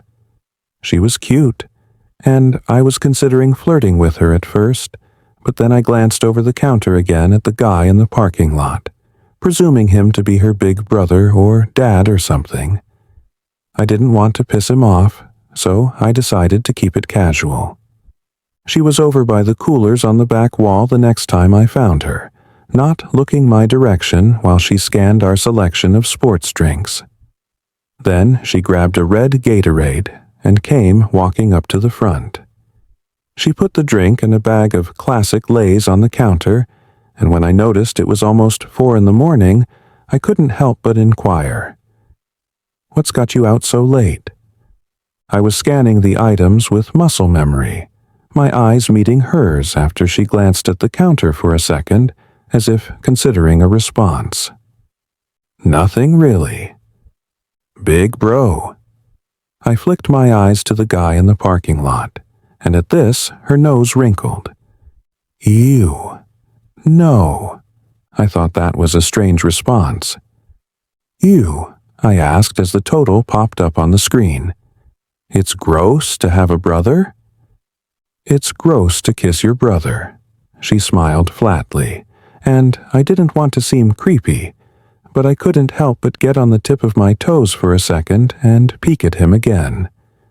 No doubt the guy was in his 30s, and if I had to be more specific, I'd be leaning more toward late 30s than early. He was wearing boots, jeans, and a blue and brown flannel, and had a 5 o'clock shadow I could see from the store. The more I looked at him, the more weirded out I felt. But then again, none of this was my business, and I didn't want to pry. She definitely didn't seem to be with him against her will. "Ah, gotcha," I smiled, but the whole thing felt unignorably off to me as she handed me a 10. "You guys going on a road trip or something?" "Something like that." There was this turbulent mix of emotions in her eyes, and while she looked excited, definitely thrilled about something, she also kind of seemed to be longing too. I only got a glimpse of it, though, as she unexpectedly asked, "You ever just do something totally crazy? Like, overnight?" "I mean, I took a heroic dose of shrooms once on a whim without a trip sitter." I smirked, and she chuckled too, but shook her head. "I didn't mean something like that." She paused. "Anyway, have a good rest of your night." "You too," I remarked, but as she turned and walked away, I felt a steadily increasing urge to say something, to ask her why she was with this guy that looked like he could be her dad, to inquire more about this crazy overnight thing she was hinting at, or this road trip-esque adventure she was on that had her at this infamous gas station at 4 a.m. But I was just too immature at the time, and selfish. Even feeling like I should probably investigate what was happening, probably pay more attention to what was going on, I also felt like I really couldn't be bothered. I told myself that it wasn't my business, that I shouldn't be nosy, but really, I just didn't want to get involved. Though, a moment after she left the store, my curiosity got the better of me again, and I peered over the cigarettes at the truck in the parking lot. She was already inside, and at first it looked pretty unassuming. It was old and kind of a faded red, with 2x4s in the back under a blue tarp. All in all, nothing suspicious. But when he got to the turnoff onto 84th, and he took a right, I noticed the passenger side window was broken, like it had been punched out. I couldn't see the girl well this far away, But her being in this older guy's truck with the right window shattered made me feel even stranger about the whole ordeal. Something was definitely off. But at the time, my lazy ass just didn't care enough. It was mid-July, though, when the veneer of eccentric late-night patrons was shattered forever, and I was forced to see what was really going on. It began with a loud rumbling from the parking lot. I got immediately uncomfortable as some biker douche rolled up, revving his engine like if it were loud enough I'd give him a discount. Then he climbed off the bike and came stumbling toward the door, the green neon flickering onto him from the window. I could tell just from the counter that he was totally hammered. He could barely even make it inside. He came right to the counter and absolutely reeked of alcohol. "Give me a pack of menthols. Camel," he slurred, leaning onto the counter with his right hand. "You okay, man?" I grabbed it. "The fuck do you mean?" His hostility freaked me out just as much as it annoyed me. "You're obviously drunk off your ass," I replied. "You just drove here on a motorcycle. Seems like a bad idea." "Shut the fuck up and sell me the cigarettes, man." He was glaring at me like he was ready to swing. And though he was so fucked up I don't doubt I could have taken him, he was still a big guy, and it really wasn't worth the trouble. "Your funeral," I muttered, grabbing the cigarettes and noting it was the last pack. Normally, I would have made some quip about that, but with this guy, I just wanted him to leave. When I slid him the cigarettes, he flung his cash at me and almost walked away without his change. Then he stumbled off back out the door, shoving it open so hard I wondered if he broke it. And then, without any warning, as he stumbled along the window toward his bike, his entire body changed. My breathing stifled as I noticed his head was dented in. Multiple of his teeth were missing, and blood ran down his face and soaked his jacket. He was covered from head to toe in cuts and scrapes, and his right arm was broken, the bone jutting out slightly. I stumbled back and tripped, knocking over the vape pens, then almost slipped on them as I scrambled to my feet and chased him out the door, staring in horrified bewilderment as he climbed onto a waterlogged motorcycle, the front of it totally wrecked. "Hey!" I screamed. "Man, are you all right?" He just looked at me, and as he stared into my eyes, his look was totally different than before. He wasn't angry or confrontational or even drunk. He just had this totally sober look of regret. He stared at me a moment longer, then he revved his engine, and somehow he and his obliterated bike sped off into the night, leaving me totally alone in the flickering neon. And then as soon as he disappeared up the road, the sign stopped blinking, steadily shining like usual. I sprinted over to the doors, yanking them open and almost collapsing as I barreled into the back room and landed in the seat at the computer. I pulled up the security camera footage and rewound it a couple minutes, desperate to see if somehow, some inconceivable way, I'd just been seeing things. But though I was willing to believe he wasn't actually injured and it was somehow all in my head, I wasn't at all prepared for the sight of me just talking to the empty air. That's right. The guy never even came in at all. I rewatched my harsh reaction to the absent revving of his engine, my eyes following nothing walking along the window to the door that never opened. Then I realized that I'd never actually grabbed the pack of menthols. My hand stopped over it and handed nothing to no one. It was the same thing for the cash register. And then at last, I watched myself stumble back and fall, flinging shit everywhere in a panic. I ran out the door, screaming into the night, but only I was there. It filled me with a terror so paralyzing, I almost just left right then and there. I sat there at the desk for a moment, shaking, Was I hallucinating? I'd heard you can get permanent schizophrenia-like psychosis from psilocybin, but this was the first, and only time, I'd ever hallucinated when not on the shit. And as I just stared at the monitor unblinkingly, shaking in place, I really couldn't tell what was more horrific, if I hadn't really seen that, or if I had. But then my eyes gravitated to the one part of my memory that was corroborated by the cameras. The neon. It was dim, and as I unpaused the video, I watched it continue to flicker, all the way until my eyes turned to the end of 84th that I could see. And, as soon as they did, it shined like normal again. I rewound the footage again, and sure enough, as soon as I began to react to the phantom motorcycle, the sign started flickering. It flickered the whole time, throughout that whole interaction, until the biker was gone. So, I wasn't crazy. Something suggested there was more going on than me just losing my shit. But then, what the hell had just happened?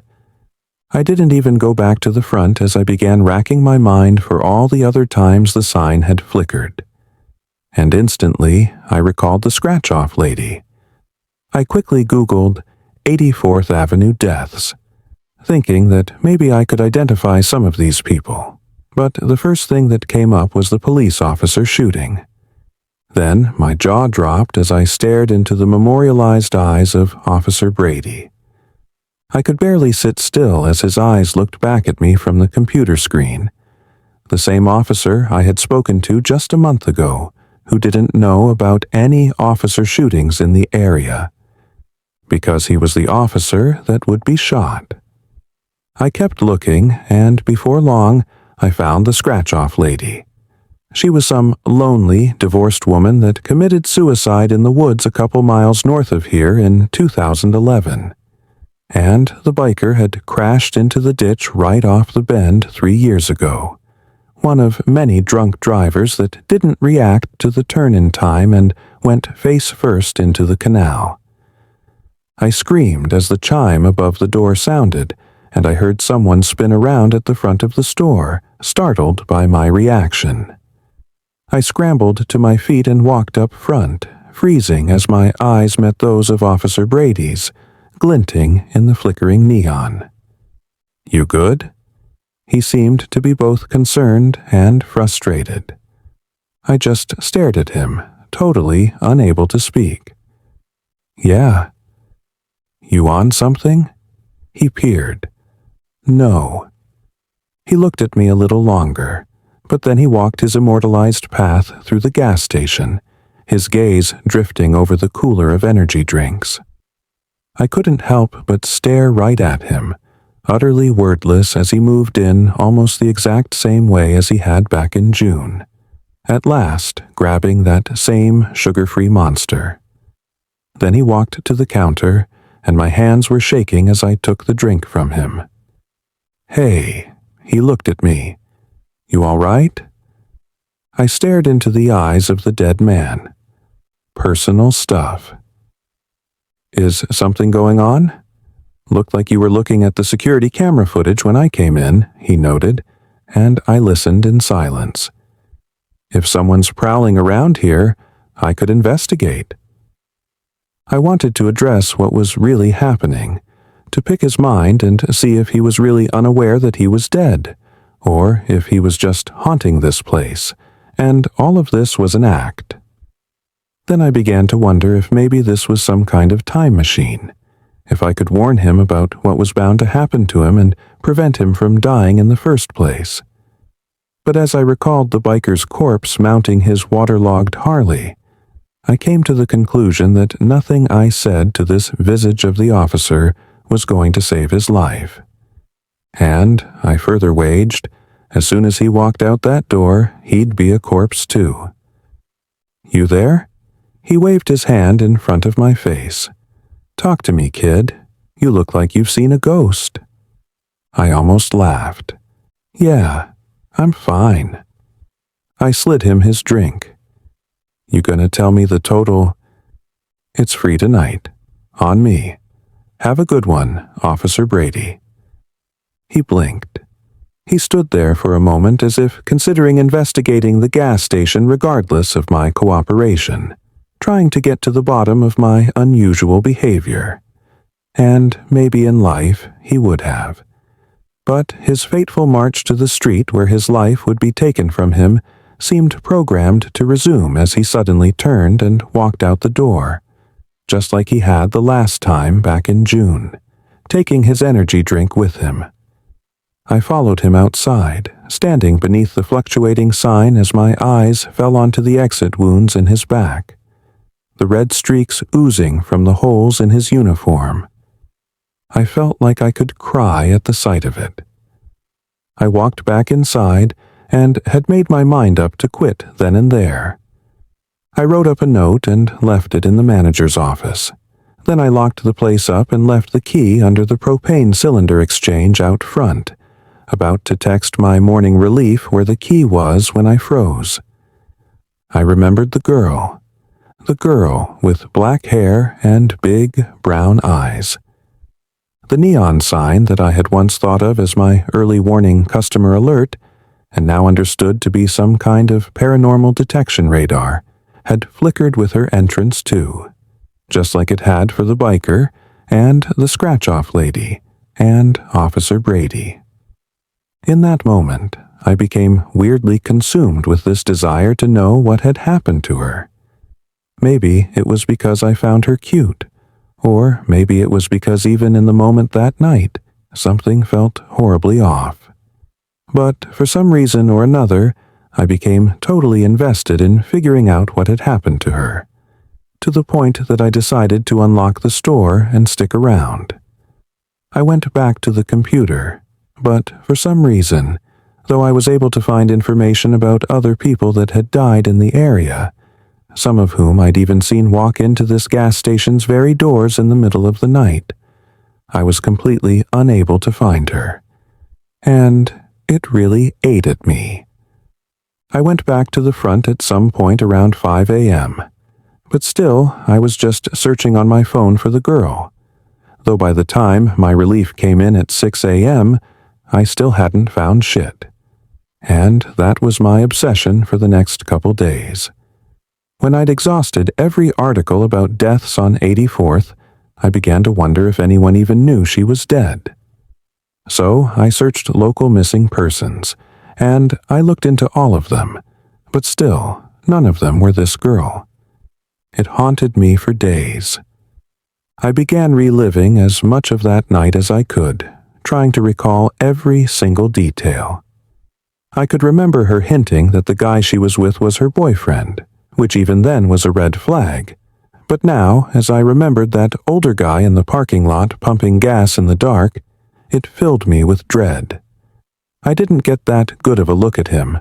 I could tell he had some stubble and was wearing a flannel, jeans, and boots, but what good was that?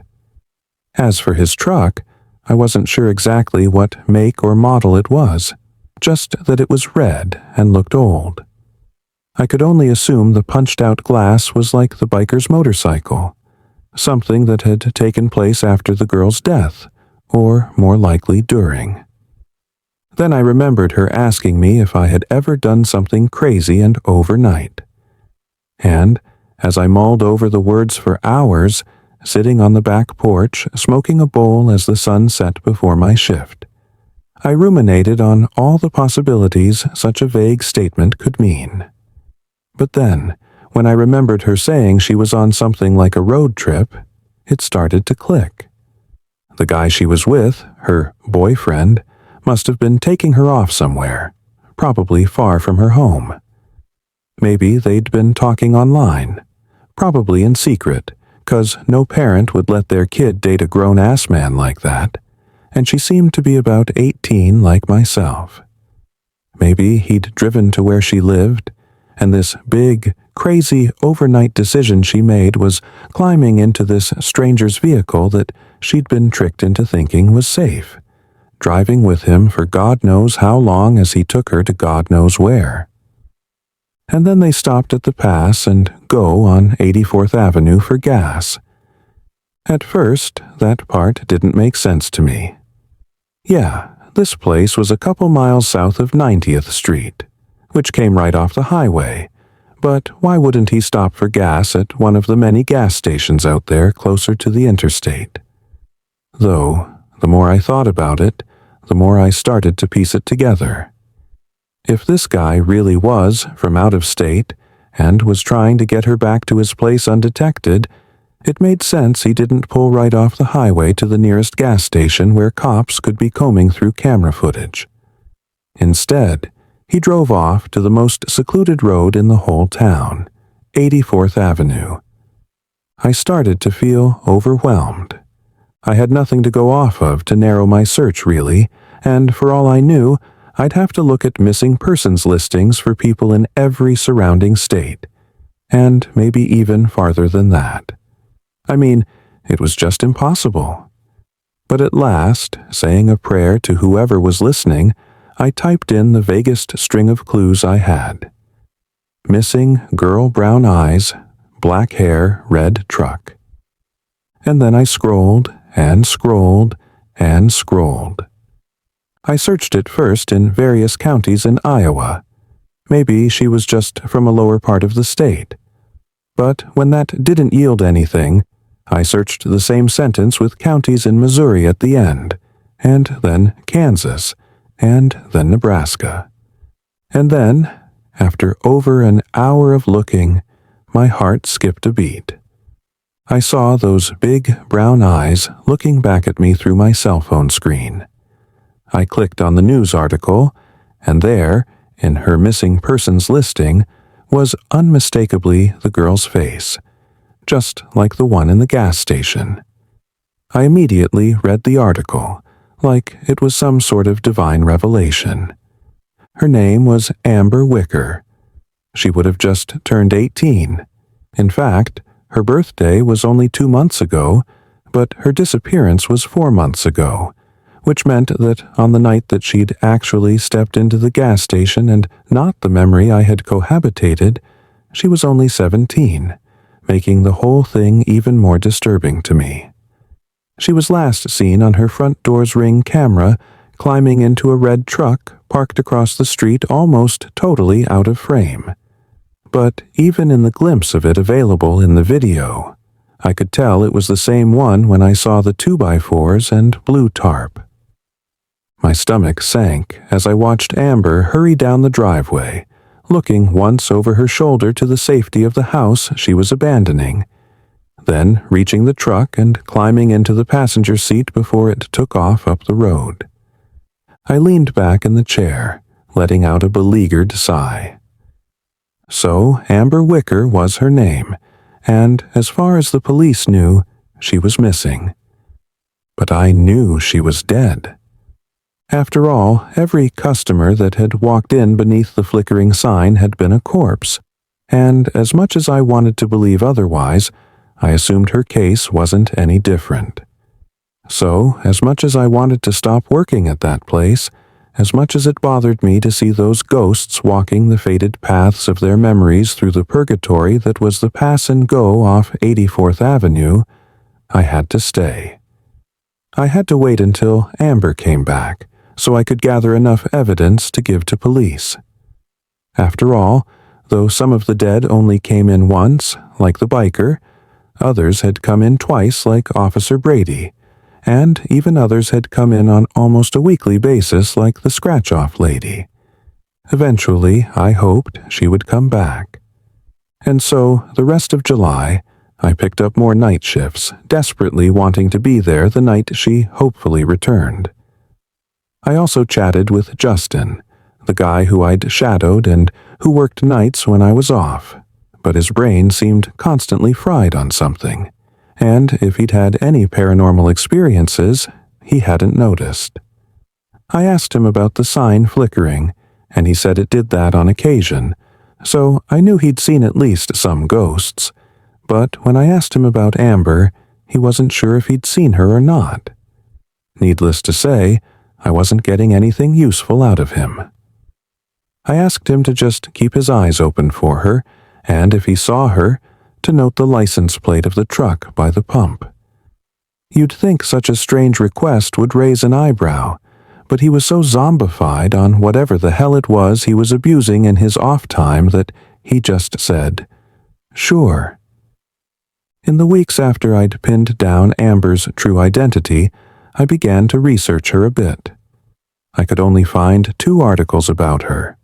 One was the one I first found, which just had the basic details of her disappearance, and the other was an even smaller article in which her parents had given a statement and a number to call if anyone knew anything. I really wanted to call that number. But I knew that right now, I honestly didn't have shit. I could always say I was at the gas station that night and saw something, but the security camera footage only went back 60 days, so there'd be no proof one way or the other. I didn't have a license plate, and I was a whole state over. I didn't have a lot of faith the police would be able to do much with that, and I didn't want to give her parents false hope. So I decided I'd just wait until her memory replayed again, and I could piece together some actionable details.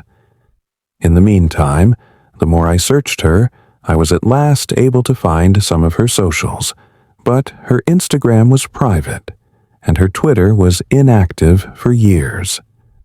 Though, when I stumbled upon her Facebook, even though it too hadn't had a post uploaded in 2 years, I felt strangely more connected to her as I scrolled through her photos.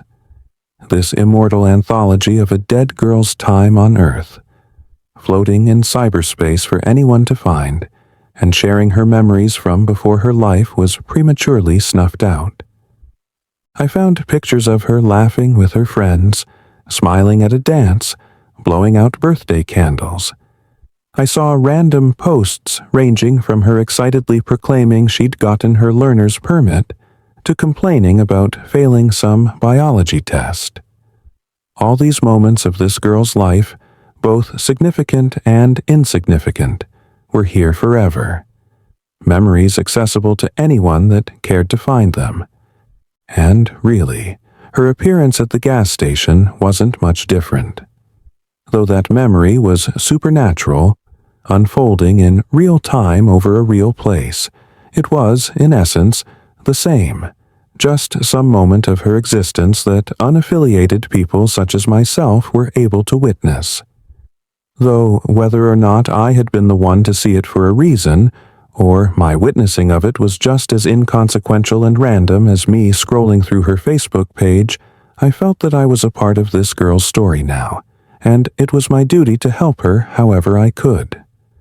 But by August, she still hadn't come back, and strangely, neither had Officer Brady or the biker, or even the scratch-off lady. There was only one other occurrence of the sign flickering, and I guess it was either a no-show ghost or a fuck you from the universe, 'cause no one ended up coming in. I got worried that whatever supernatural phenomenon had been taking place was over just as suddenly as it had begun, and that I'd never see her again, never be given a chance to atone for my apathetic complacency that night when I could have paid more attention to a situation that was obviously suspicious. And, even worse, I was shipping off to college in just a couple of weeks. My remaining days at the pass and go were numbered. So, on August 3rd, while sitting behind the counter in the dead of night, waiting for the purgatorial replay of an apparition's final stop on the drive to her untimely death, I made up my mind. If she didn't come in tonight, then tomorrow I'd take matters into my own hands. It dawned on me that Amber must have died nearby here. The only ghosts that ever walked into this gas station were those that had died on 84th Avenue, and that was true for Officer Brady, who had been shot just down the road, the biker who had crashed into the canal by the bend, the scratch-off lady who had hanged herself in the woods, and all the others I'd seen walk through those doors beneath the flickering green glow. And though I had no idea where to look, I had one thing to go off of. I'd seen the truck turn right at the turnoff. So, somewhere north of here, she must have died. And maybe, just maybe, I could figure out where.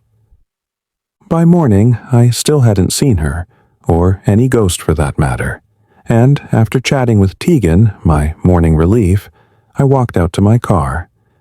But though I'd planned on driving home and getting some sleep, then searching later, I just couldn't resist the urge to look right then and there.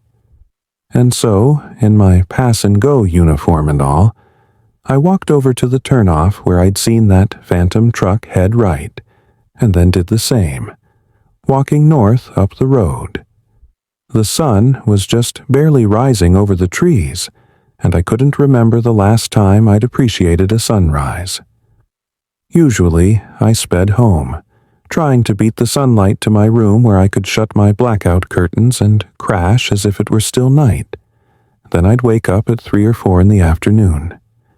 But this morning, moving slowly up the road along the canal and constantly scanning for anything out of the ordinary, I couldn't help but enjoy the orange glow above the trees.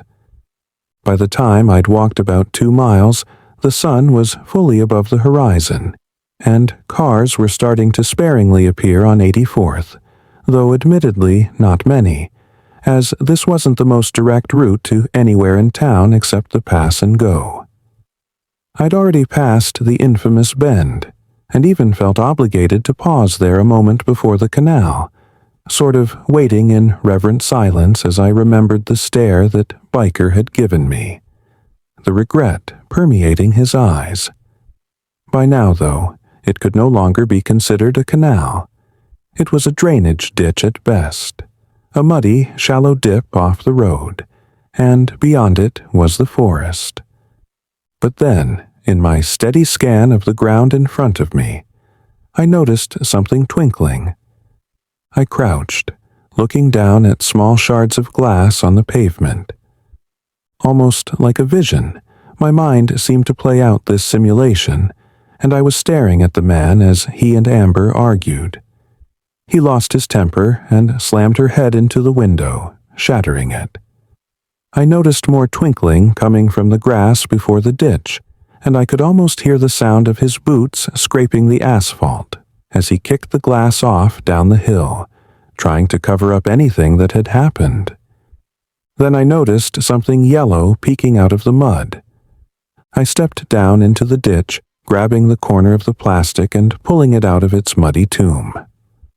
Sitting in my hand was a faded, dirty bag of Lay's Classic, mostly empty, with just a few crumbs at the bottom. My heart raced as I recalled her placing the bag on the counter, and again I could see it before my mind's eye. The man dragging her body out of the passenger seat, her deadweight foot scraping the bag out with her. He probably didn't even notice in his panic as he dragged her toward the forest, the bag fluttering off down into the ditch below. I walked up the hill on the other side. I stepped into the forest. My breathing started to become heavy as I walked deeper into the trees, terrified as I anticipated just what nightmarish spectacle I might be about to find. But I wouldn't turn back now.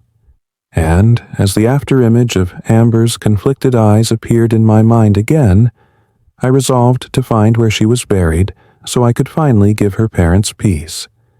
Maybe even give her peace. And it didn't take much more walking to find clues. I noticed 2 hardly visibly scrapes in the dirt, where her shoes must have been dragging.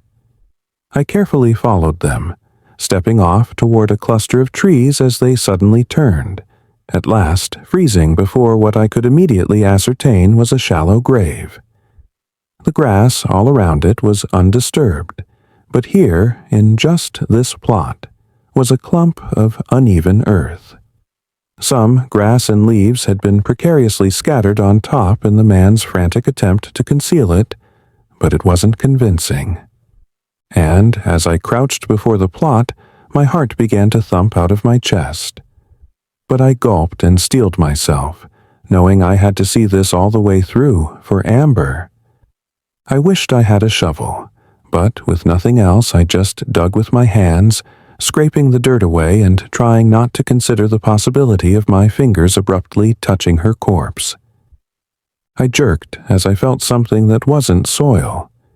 Didn't feel like rotting flesh. So I brushed the sand away, and my eyes centered upon a filthy blue tarp immured in the ground. It was all I needed to see. I stayed right there, pulling out my phone and calling the police. And when they arrived within the hour, I told them I'd gone on a morning walk after getting off the graveyard shift, but noticed the broken glass and trash on the side of the road. They applauded me on my intuition, saying they probably wouldn't have found that suspicious at all. And, hell, I certainly wouldn't have either if I hadn't known the context. From there, I said I walked into the forest out of curiosity, but when I found what looked to be a trail left by dragging feet, I became convinced I'd actually found something serious. And, after a little bit of digging where the ground looked abnormal, I'd seen the tarp and assumed the worst. They were kinder than cops had ever been with me as they thanked me. And in just a couple of days, it was confirmed in a news story that wrapped in that tarp and left to rot in the woods off 84th Avenue for the last half a year was none other than the body of Amber Wicker. The girl with black hair and big brown eyes, taking her next big step in life. The last big step she'd ever take. I was glad I had been able to help her family get some closure, and hell, even lead to the arrest of the bastard that killed her, whose DNA was recovered at the scene of the crime. But even still, at the end of the day, none of that would bring her back.